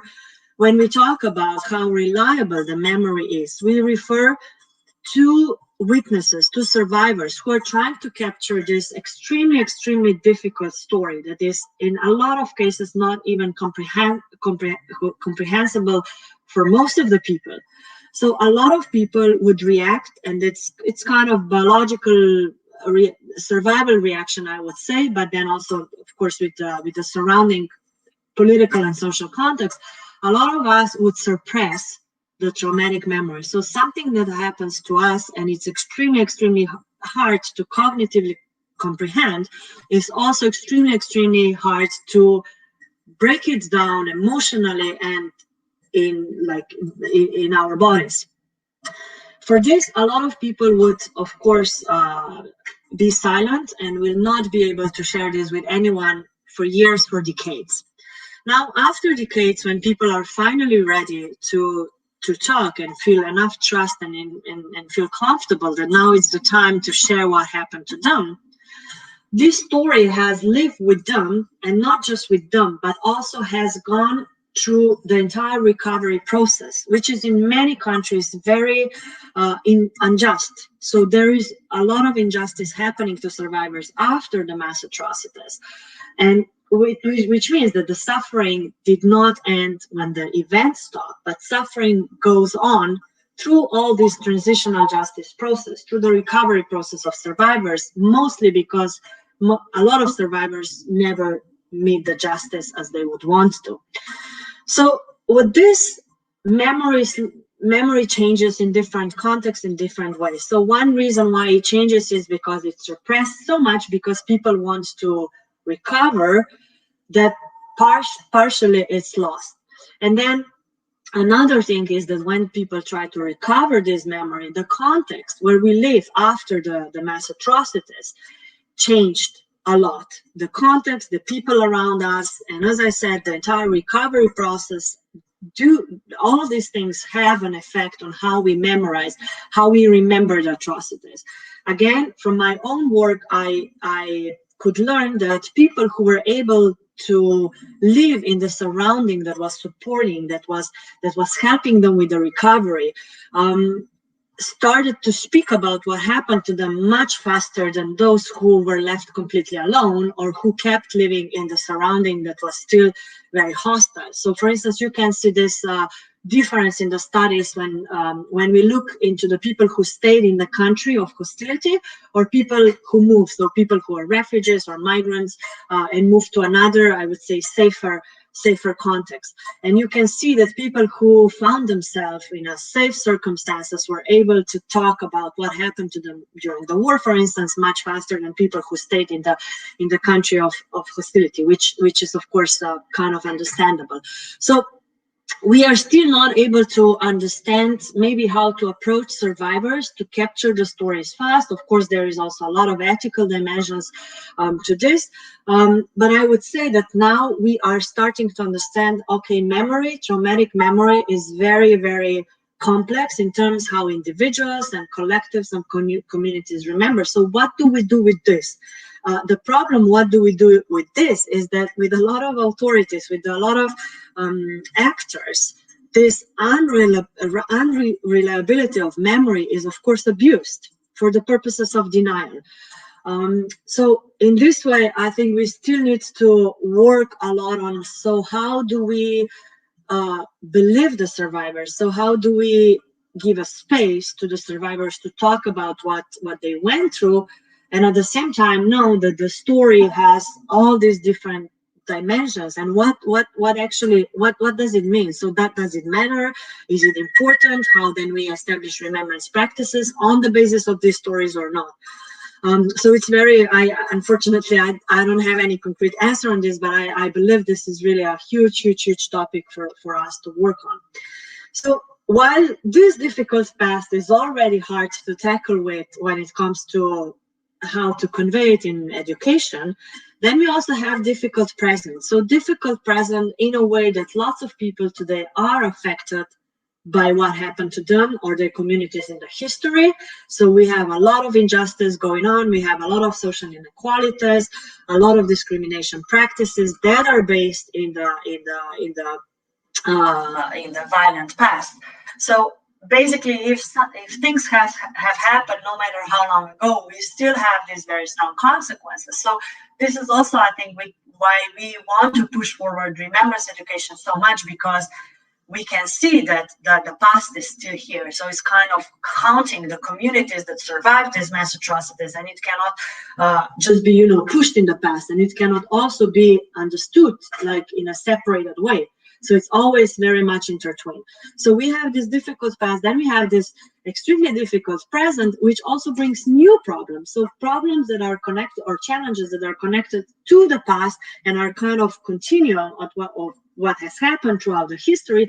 But then we have new challenges coming on, which are the consequence of the present situation that we have here, not necessarily just as a consequence of history, but new movements, new social dynamics, new system, new economic, social, political systems that we live in. So all this present is for a lot of communities also difficult. So now imagine yourself as an educator who comes to a community which had very difficult past and is still living very difficult present. And for a lot of societies after the conflict, this difficult present can last for a very long time. So it can be really the reality because of course, failed transitional justice. It can take years or decades. Again, for instance, let's look in the Western Balkans, specifically Bosnia and Herzegovina, which is my field of work, having lots of economic problems today. Political corruption, which is not necessarily connected just to this violent past, but is also happening because of the current global dynamics, I would say. And then we have difficult future, which is not there yet, but there is definitely a collective anxiety going on, not just in the communities that have survived violent events in the past, but also generally, I would say, in global level, because of the new global movements, of the new dynamics, of the very fact that we are extremely connected today. So why I'm talking about difficult future, it's kind of sad and frustrating, because we want to look into something optimistic and positive in the future. But unfortunately, we also have these experiences of failure. We also know now that we did repeat violence, even though if we promised ourselves that we are not going to repeat it, that we are going to learn from this, that we are going to work on this. But this change is so slow that we could see that collective violence is still happening. It has a lot of correlations with the violence that happened in the past. So with this, we established the idea of the difficult future, not necessarily saying it out loud, but there is this anticipation that causes a lot of collective anxiety. And you have this example with people who survived Holocaust or are descendants that like a lot of actions that are happening, people would recognize, wow, we are going the same direction. So it's not happening yet, but we are anticipating that this future is happening. So, and another last point with thinking of difficult future is that a lot of us don't experience anxiety just because of this kind of distrust or this belief that, well, even if we are having all this education, even if we are learning, even if we are acknowledging what has happened, we failed, so we will most probably do it again. The biggest problem is also that today, with all the knowledge and information available, the amount of past, present, and future is so huge, is so complex, that for a lot of us, it causes inability to seize all this complexity. And when we realize that there is so many things we should think of and we should address and we should work on, for a lot of us, the very simple reaction is that we just shut down. We just become numb. We just become, I wouldn't say passive, because it's not necessarily a question of being passive, but more like we want to protect ourselves. As well, we also have our individual life, and then working on a collective, working on a community demands so much effort that sometimes we need to decide either we want to have this we want to live this probably one chance of life that we have, or we want to commit our entire life into working for a better future of communities, not as individuals only. And I can see this a lot in the humanitarian work, when especially young people who join different missions, and it's first time for people to witness really miserable situation of, for instance, refugees being in cold, being beaten up, being hungry, all this miserable moments that you can think of when somebody is on the route illegally and escaping war situation.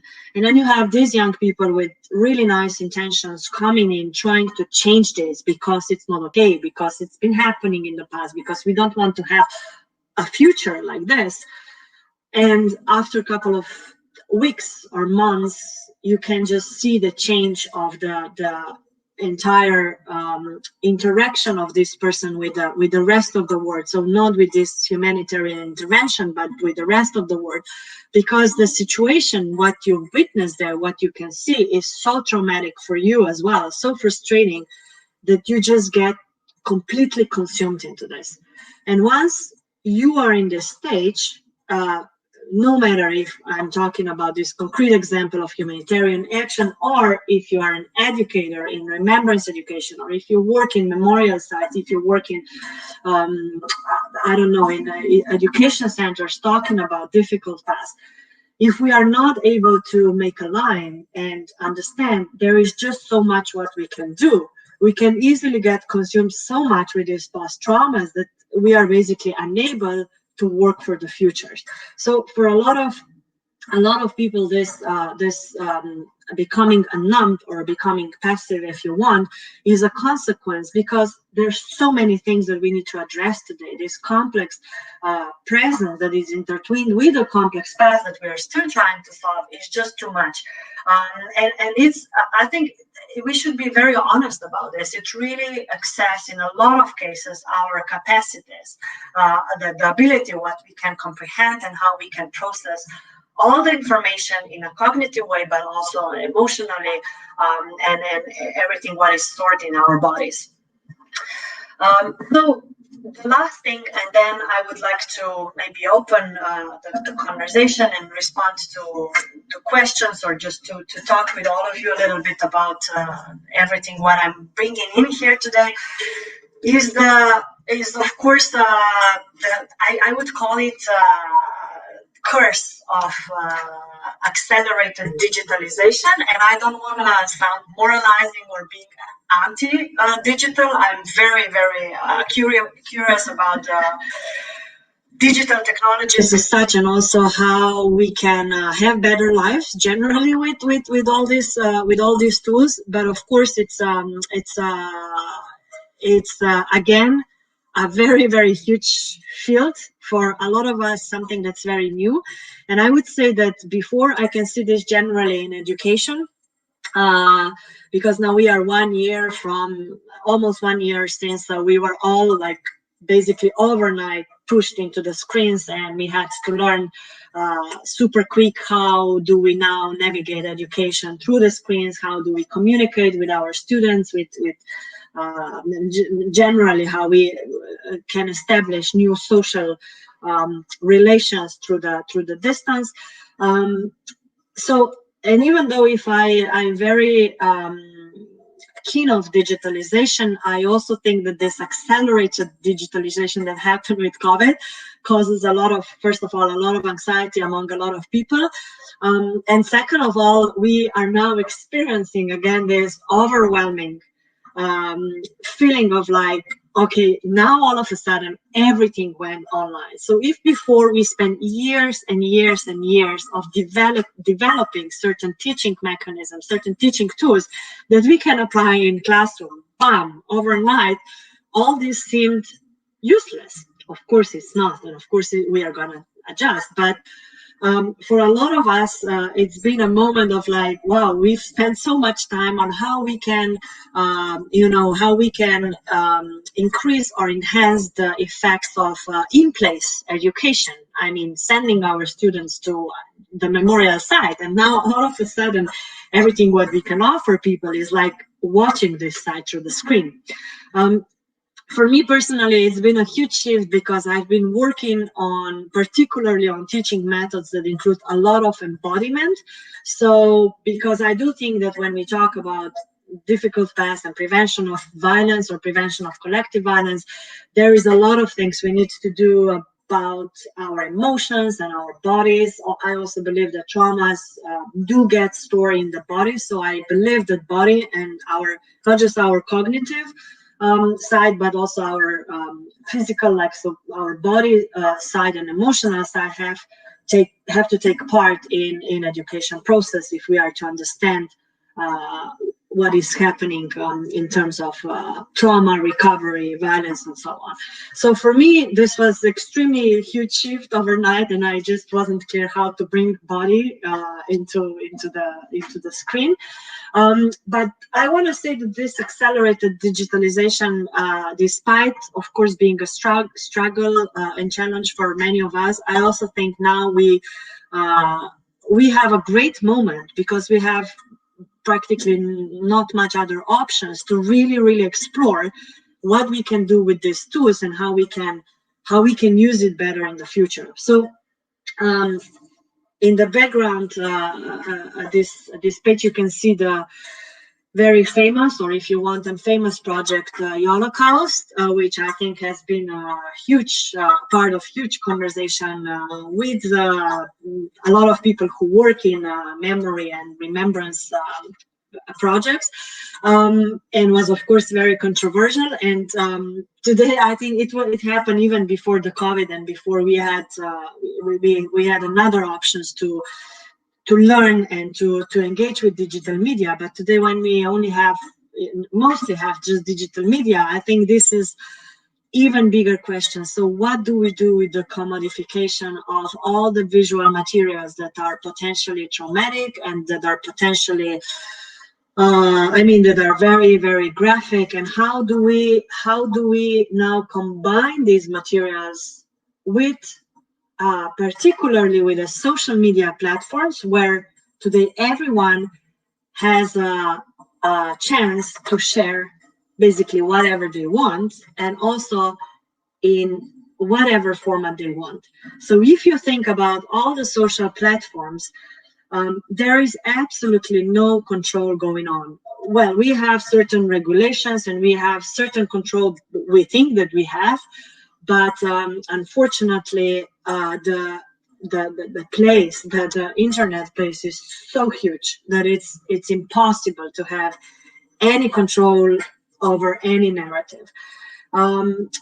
Now, this is kind of a contradictory, because when we started to talk about multi-perspectivity in history education, the idea was exactly to break down this one main narrative that we had, and to invite actually other voices, to invite other interpretations into the conversation about what has happened in the past. Well, now with all these social media platforms, we basically have this. So we have all the voices that you want. And what I would say is like reflecting on the Holocaust and how a lot of scholars, a lot of professionals and people working in Holocaust generally responded was that the very idea how particularly young people use digital tools, use social media to have fun, to basically enjoy such, and consume in a very joyful way such traumatic places like, I don't know, Auschwitz, for instance. So this was highly, highly problematized.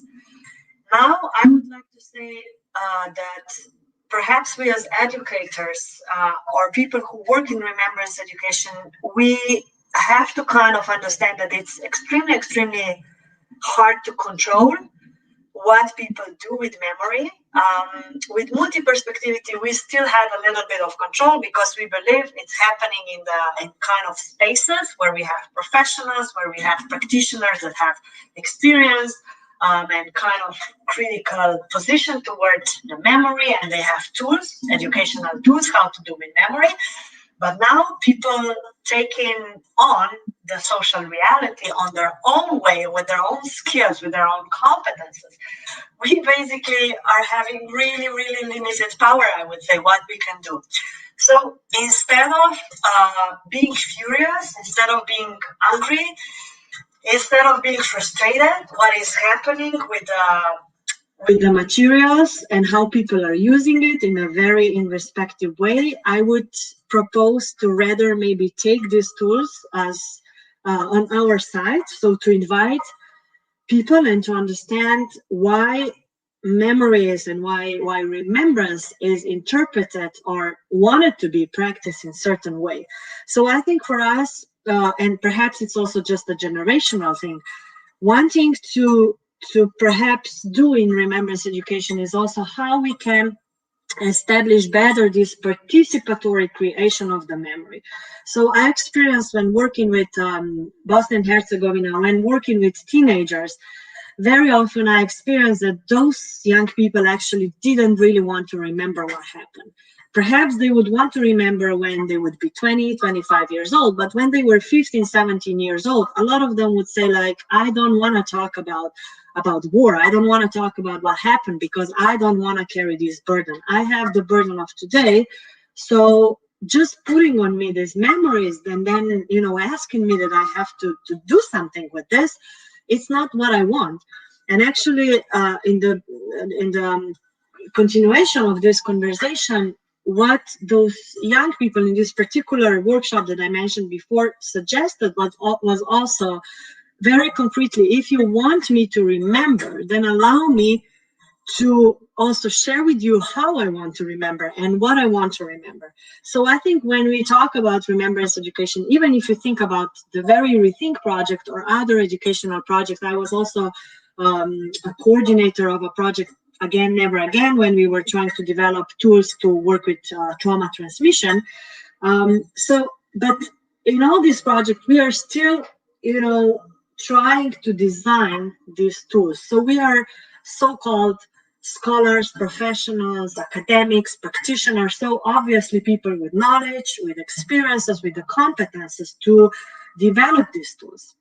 However, I really believe that inviting young people or just citizens and listening more to what these people want to do with remembrance, instead of telling them, hey, this is how we should remember, which perhaps help us to understand what people want to remember, how they want to remember, and maybe here then we can find this biggest problem of why things are happening again and again, and why collective violence is happening, and why we cannot learn from the past experiences. So we cannot learn perhaps from the past experiences because the way how we learn to remember, the way how we learn about past is not familiar to us. So it's not something that we could actually understand in the very social and political context where we are today. So perhaps giving more space, because now anyway, we have everything out there.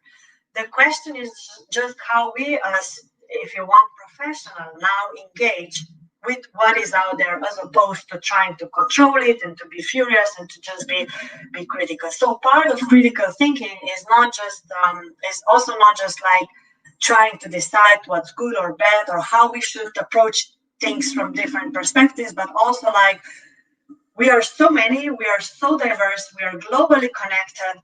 How we can find now the narratives that can work for all of us for the good? Because I believe if we ask ourselves a question, do we want a better future? Do we want things never happen again? I believe that we would all answer yes. I believe that no one of us want to have a traumatic experience and to basically live this one life experience with this baggage. So if we find a way how to, so if we agree on this, that yes, we don't want to have more traumatic histories, then perhaps it's just the question, okay, maybe all of us can think how we want to remember as opposed to saying we want to remember in this way. So with this, I will stop. I was trying to be on time. So I believe that, yeah, we still have some time for conversation. And please go on. Or I have a question. So I have a question from Alice. It's very interesting to hear that Remembrance Education should be something that is mandatory at university school level. I'm wondering if this different from mainstreaming it in history. I'm wondering if this is different from mainstreaming it in history education. Yes. So one thing that I wanted to say in the beginning when I mentioned that I applied some of the Rethink practices in my context was to basically illustrate that I do not work most of the time in the frame of history education. So I mostly work with gender-based violence and identity-based violence in general, which sometimes is part of civic education.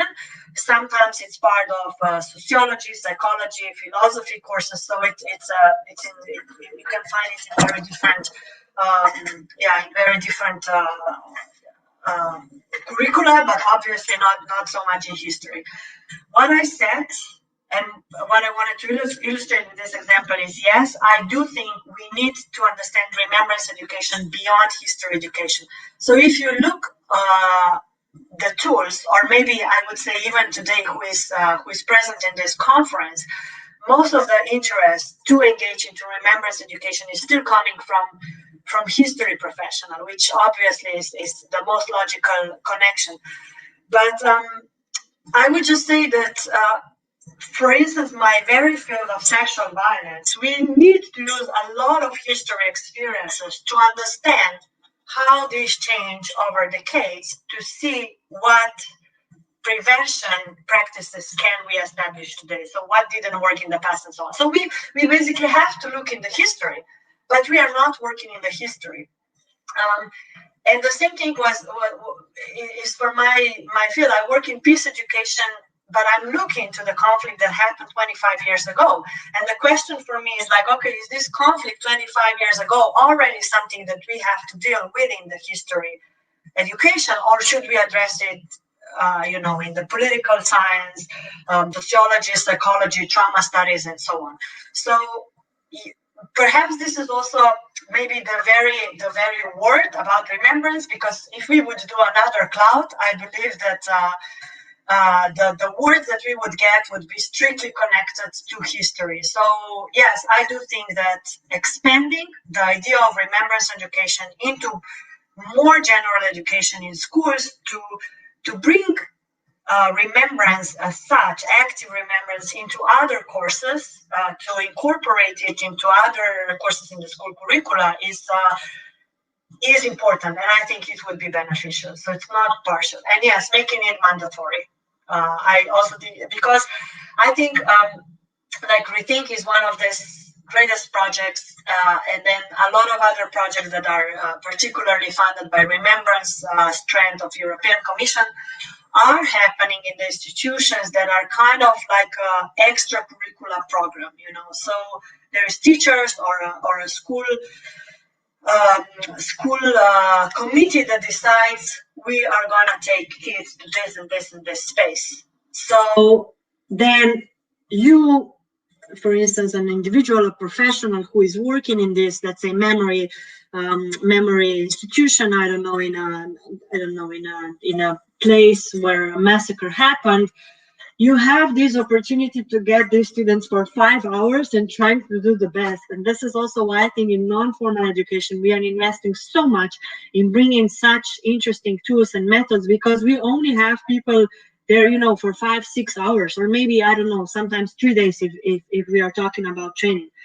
But in schools, you know, students go through the process for years, I don't know, 7-8 years. So I think we really need to think how to incorporate parts of this into the mandatory curricula to really, you know, to really make it subconscious, I would say the way of thinking.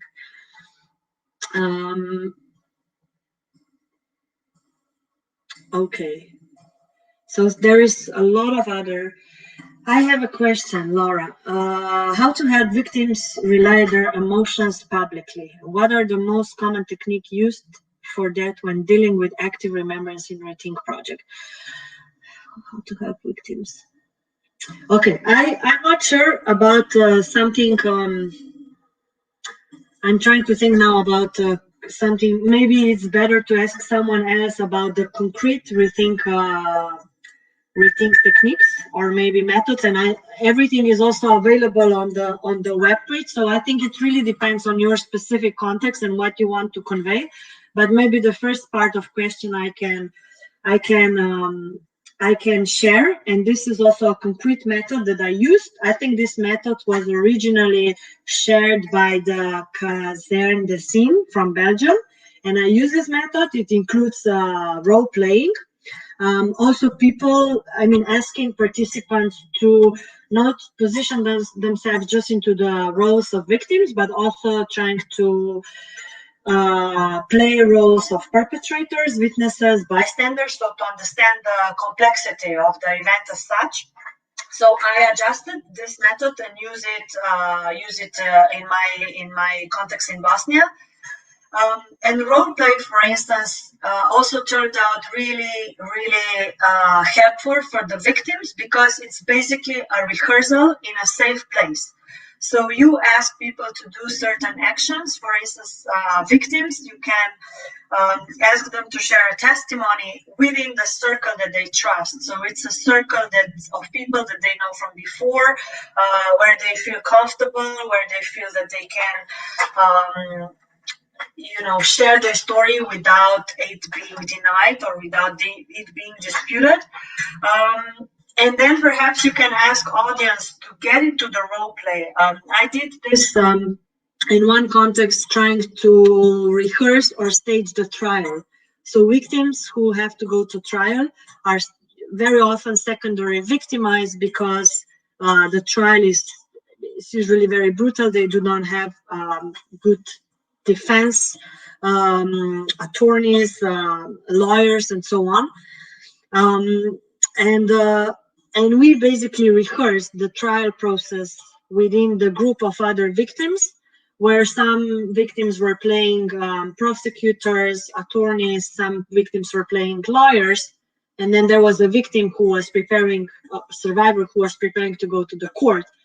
So we rehearsed this. It was also a bit traumatic, because this was the entire process of going through the story again. So I would suggest also to have support of social workers or psychology workers that know how to deal with triggers. But it was extremely helpful for this concrete woman. I have witnessed as well when she was testifying, to basically really have more strength and to be clear about what she wants to convey during the trial. So, for instance, role play is one of the things that I think you can find within the Rethink project, and I use it personally, so that's something that I can share here. Okay, Valenti, which is the relationship of remembering to forgetting? Some people do forget the traumatic experiences and push them in a dark corner of their mind. How do they react when encouraged to transmit the past to new generation. Okay, so that's a huge topic. I have been working on this.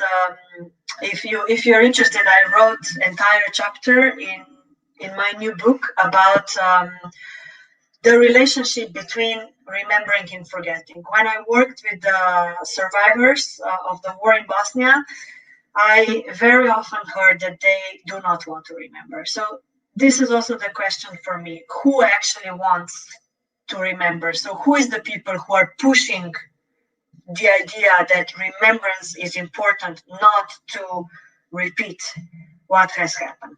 So of course people have very divided ideas and thoughts on this. Survivors, again, I think it really depends on what kind of context they are today, how supported they were and they are through the entire recovery process. But yes, personally, I do have doubts about remembering, and I do think we need to think a lot about forgetting and this relationship between forgetting and remembering. And I think this is especially important when you find yourself in a context that is still struggling with transitional justice. So maybe conflicts that happened just recently, people are still going through the process, still trying to reestablish something that's called normal life, economic stability,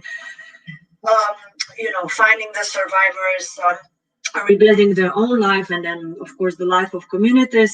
And I think in this context, as researchers, I would say we really try to capture those stories as fast as possible after the mass atrocity or conflict, because we are afraid that they will be forgotten and we need to have them as an evidence. At the same time, I think it's extremely problematic when it comes to survivors, for the potentials of further traumatization or re-traumatization, and because of such an immense pain that a lot of survivors actually want to forget and they don't want to remember. Now, with remembrance, the biggest problem, so with this relationship between forgetting and remembrance, for me, the biggest problem is that basically when people are just remembering, and nothing is done in terms of justice. So if you just keep remembrance going on, but people still didn't see the justice for what has happened to them individually or communities, I think it's very hypocritical in a way. And I witness women who have been fighting to testify, who have believed I need to share my story because it needs to be remembered when I'm dead. People will forget about me. So it needs to be written down. It needs to be, captured in movie, whatever. So it just needs to be out there. And then after 10, 15 years doing this, and nothing has changed, they basically feel abused. They feel that they trusted to different stakeholders, to different agents, researchers, policy changers, educators, because we all come to these spaces. We want your story. We need to hear this because it shouldn't be forgotten. We need to remember, not to repeat it. Then survivors, they believe us, they would share the story because they believe in the cause. Yes, it shouldn't be forgotten. And then it happens, 1 year, second, 10 years, 15 years, and the justice is still not there. So why would I share this story? So I had, for instance, women who said, everyone who want to come and get my story, pay me. Because I got nothing in these 25 years. I'm talking about Bosnia. I got nothing in these 25 years. And I believe that justice will happen because I will share my story. So now, if you want my story, pay me, because this is the only thing. I didn't get anything out of this process. So I think, again, this is why I'm really prone to, inviting people in this conversation, not just survivors, but also people who have perhaps never experienced this. Do you want to remember? What do you want to remember, really? Do you really believe that if you remember, you will not participate in what's happening in terms of collective violence? You really think you will intervene? We can intervene right now, today. So I believe this is a complex question, but definitely very important to talk about it. Okay, do we have Yeah, out of time, I believe. Thank you.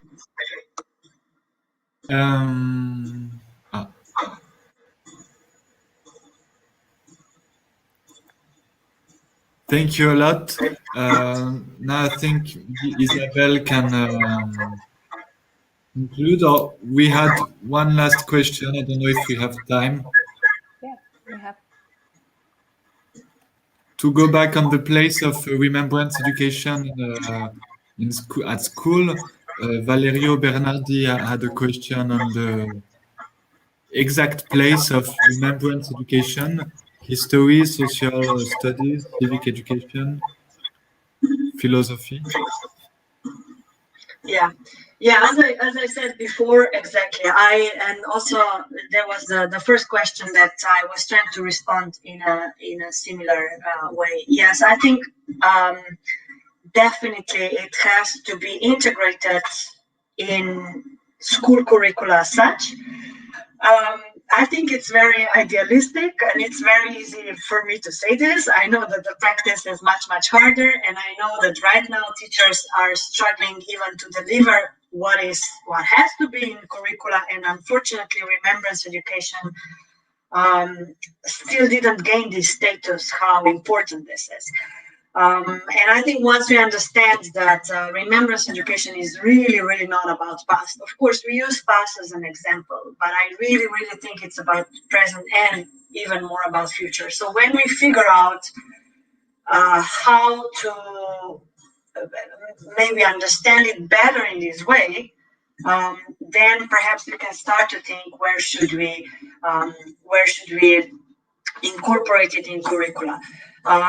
But definitely, I think we should address it beyond the history education to get rid of this connotation that remembrance education is something that's about history, because I think this also creates the gap that we have so much struggles to recognize, for instance, what Gregory Stanton established in his 8 stages of genocide. So a lot of events today would not necessarily lead to genocide, but I think this scheme is very useful to start recognizing that people are being removed from their communities. People are being separated from the communities. People are being then categorized.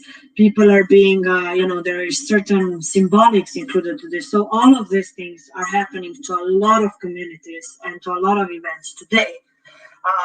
And they will not necessarily lead to such a horrific events like Holocaust or genocide.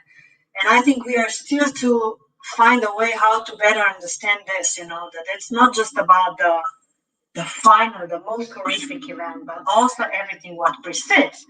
It's so easy to exterminate a group of people, a certain population, if we all are just, witnessing and not acting or intervening in this. So when it comes to all these different stages, concretely, for instance, literature, so it comes to languages then. In every curricula, when you teach languages, when you teach literature, when you teach literature history, I think it's an amazing place where you can address this, So it's not just about learning from history, from the historical facts that we have today, from the evidence that history is providing us. No, we have novels where you have the description of the everyday life, and there you have very explicit descriptions of how certain members of populations were marginalized, were ostracized, were discriminated against. So it's a place where you can talk about remembrance. And then I don't know, if you want, I guess we could now scan the entire curricula. I feel if we want, we would find the space for bringing this in. And I really, really believe that the biggest problem is perhaps that there is really this strong connotation, remembrance, history, So if you ask teachers in the school, this is a topic that history should address. Great. And I think history has a lot of space, specifically in primary and secondary education. It's obligatory, so it's a great place to start. But I also think that in all other, also what you mentioned, Valeria, history, social studies, civic education, philosophy, yes, all this is the place for remembrance education. So perhaps really one of the most important part, because I really think there's so many things that have been done in remembrance education and are so good, like just mentioning all the tools that you can find in the Rethink project. I think one of the biggest frustration is how do we put this now into the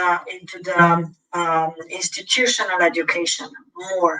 So how we can bring these there more, and we don't have all the responsibility in non-formal and non-formal education or public institutions outside of schools. I really believe, unfortunately, the schools really still have the most powerful impact on students, also because they spend so much time there, as opposed to other activities.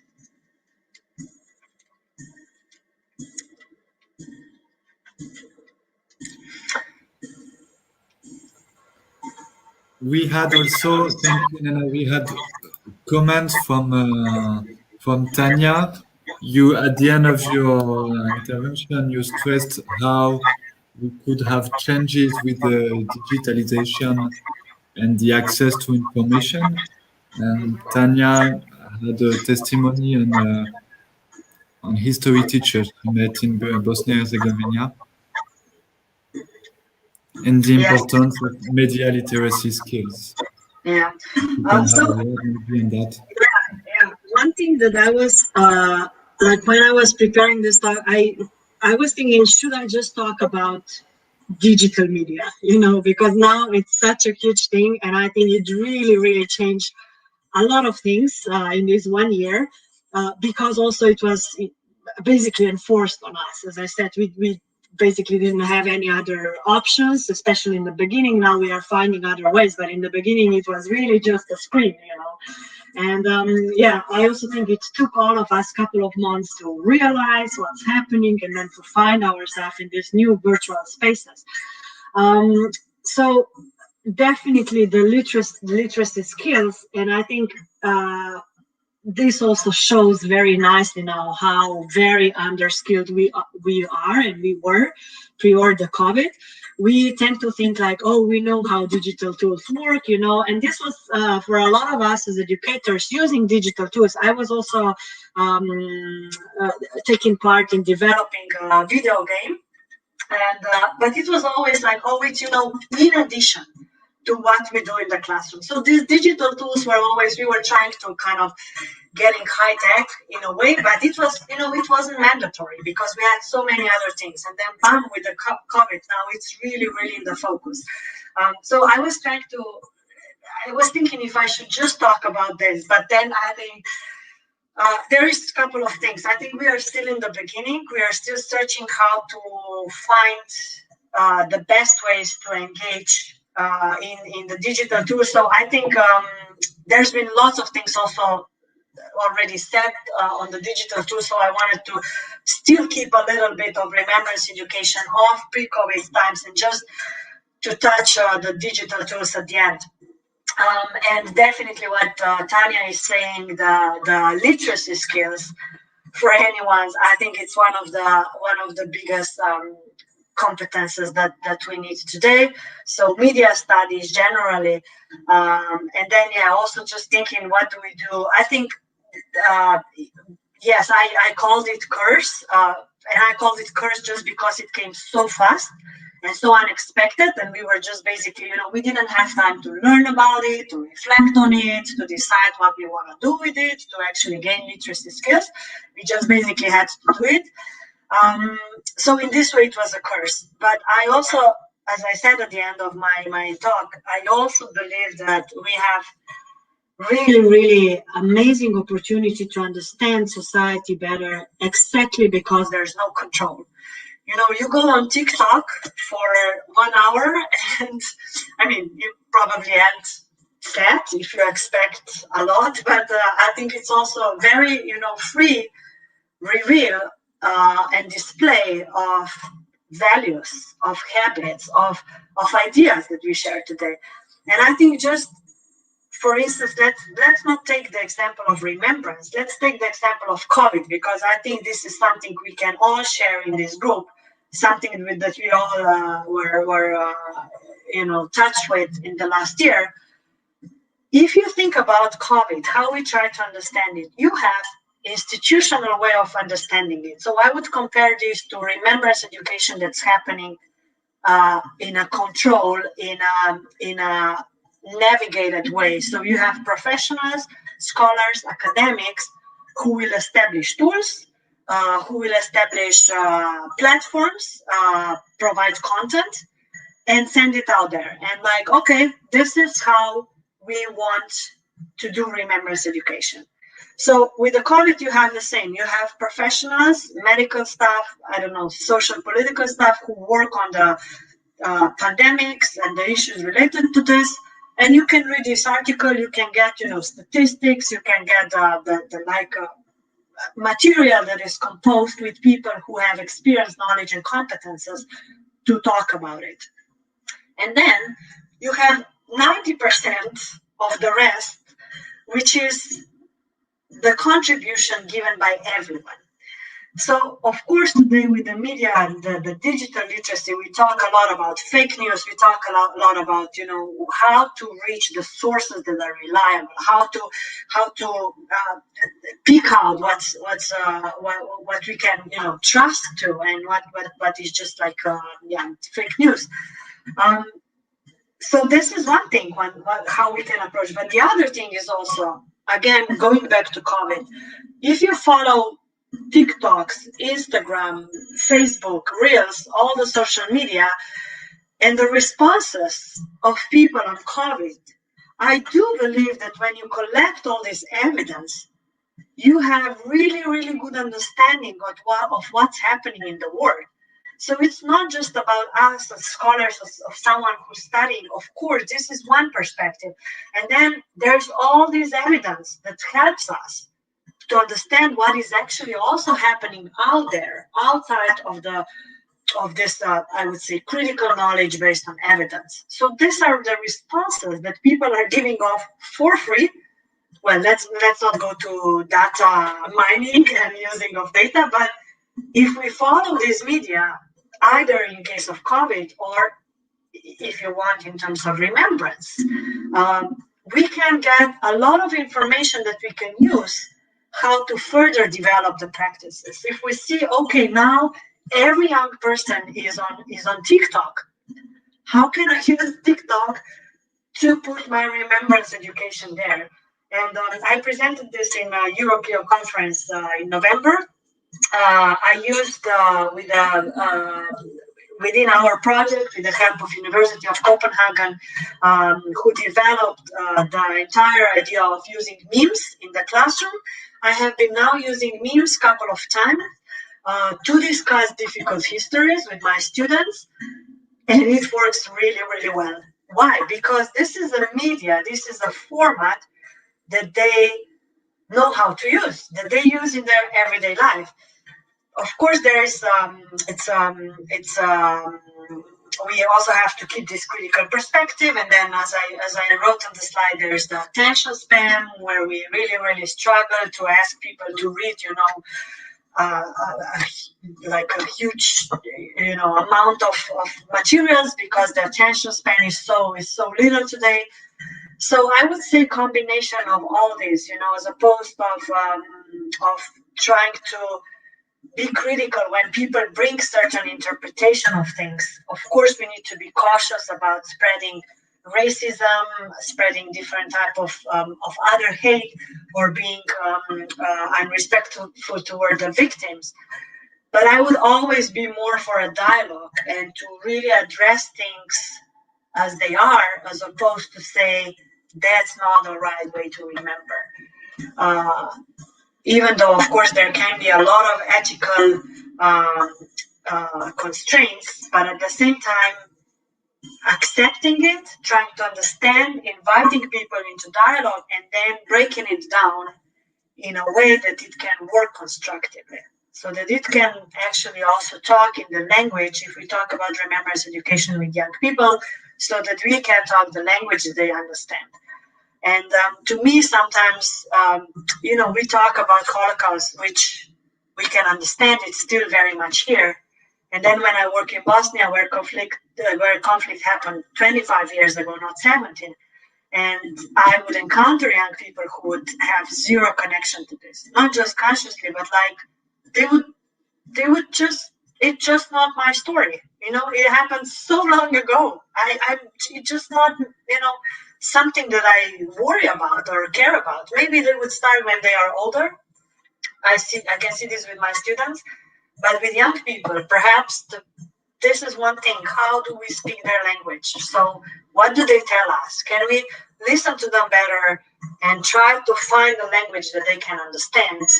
So in this way, they can recognize, yes, it's perhaps you don't think it's also your conflict, but this conflict is still here today in this and this and this and this and this way.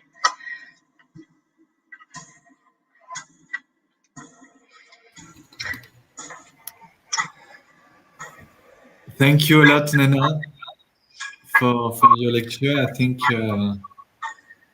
you stressed really interesting points. And let's now Isabel wrapping up this session. Thank you again, Nena. And thank you everyone for your questions and comments also. Thank you.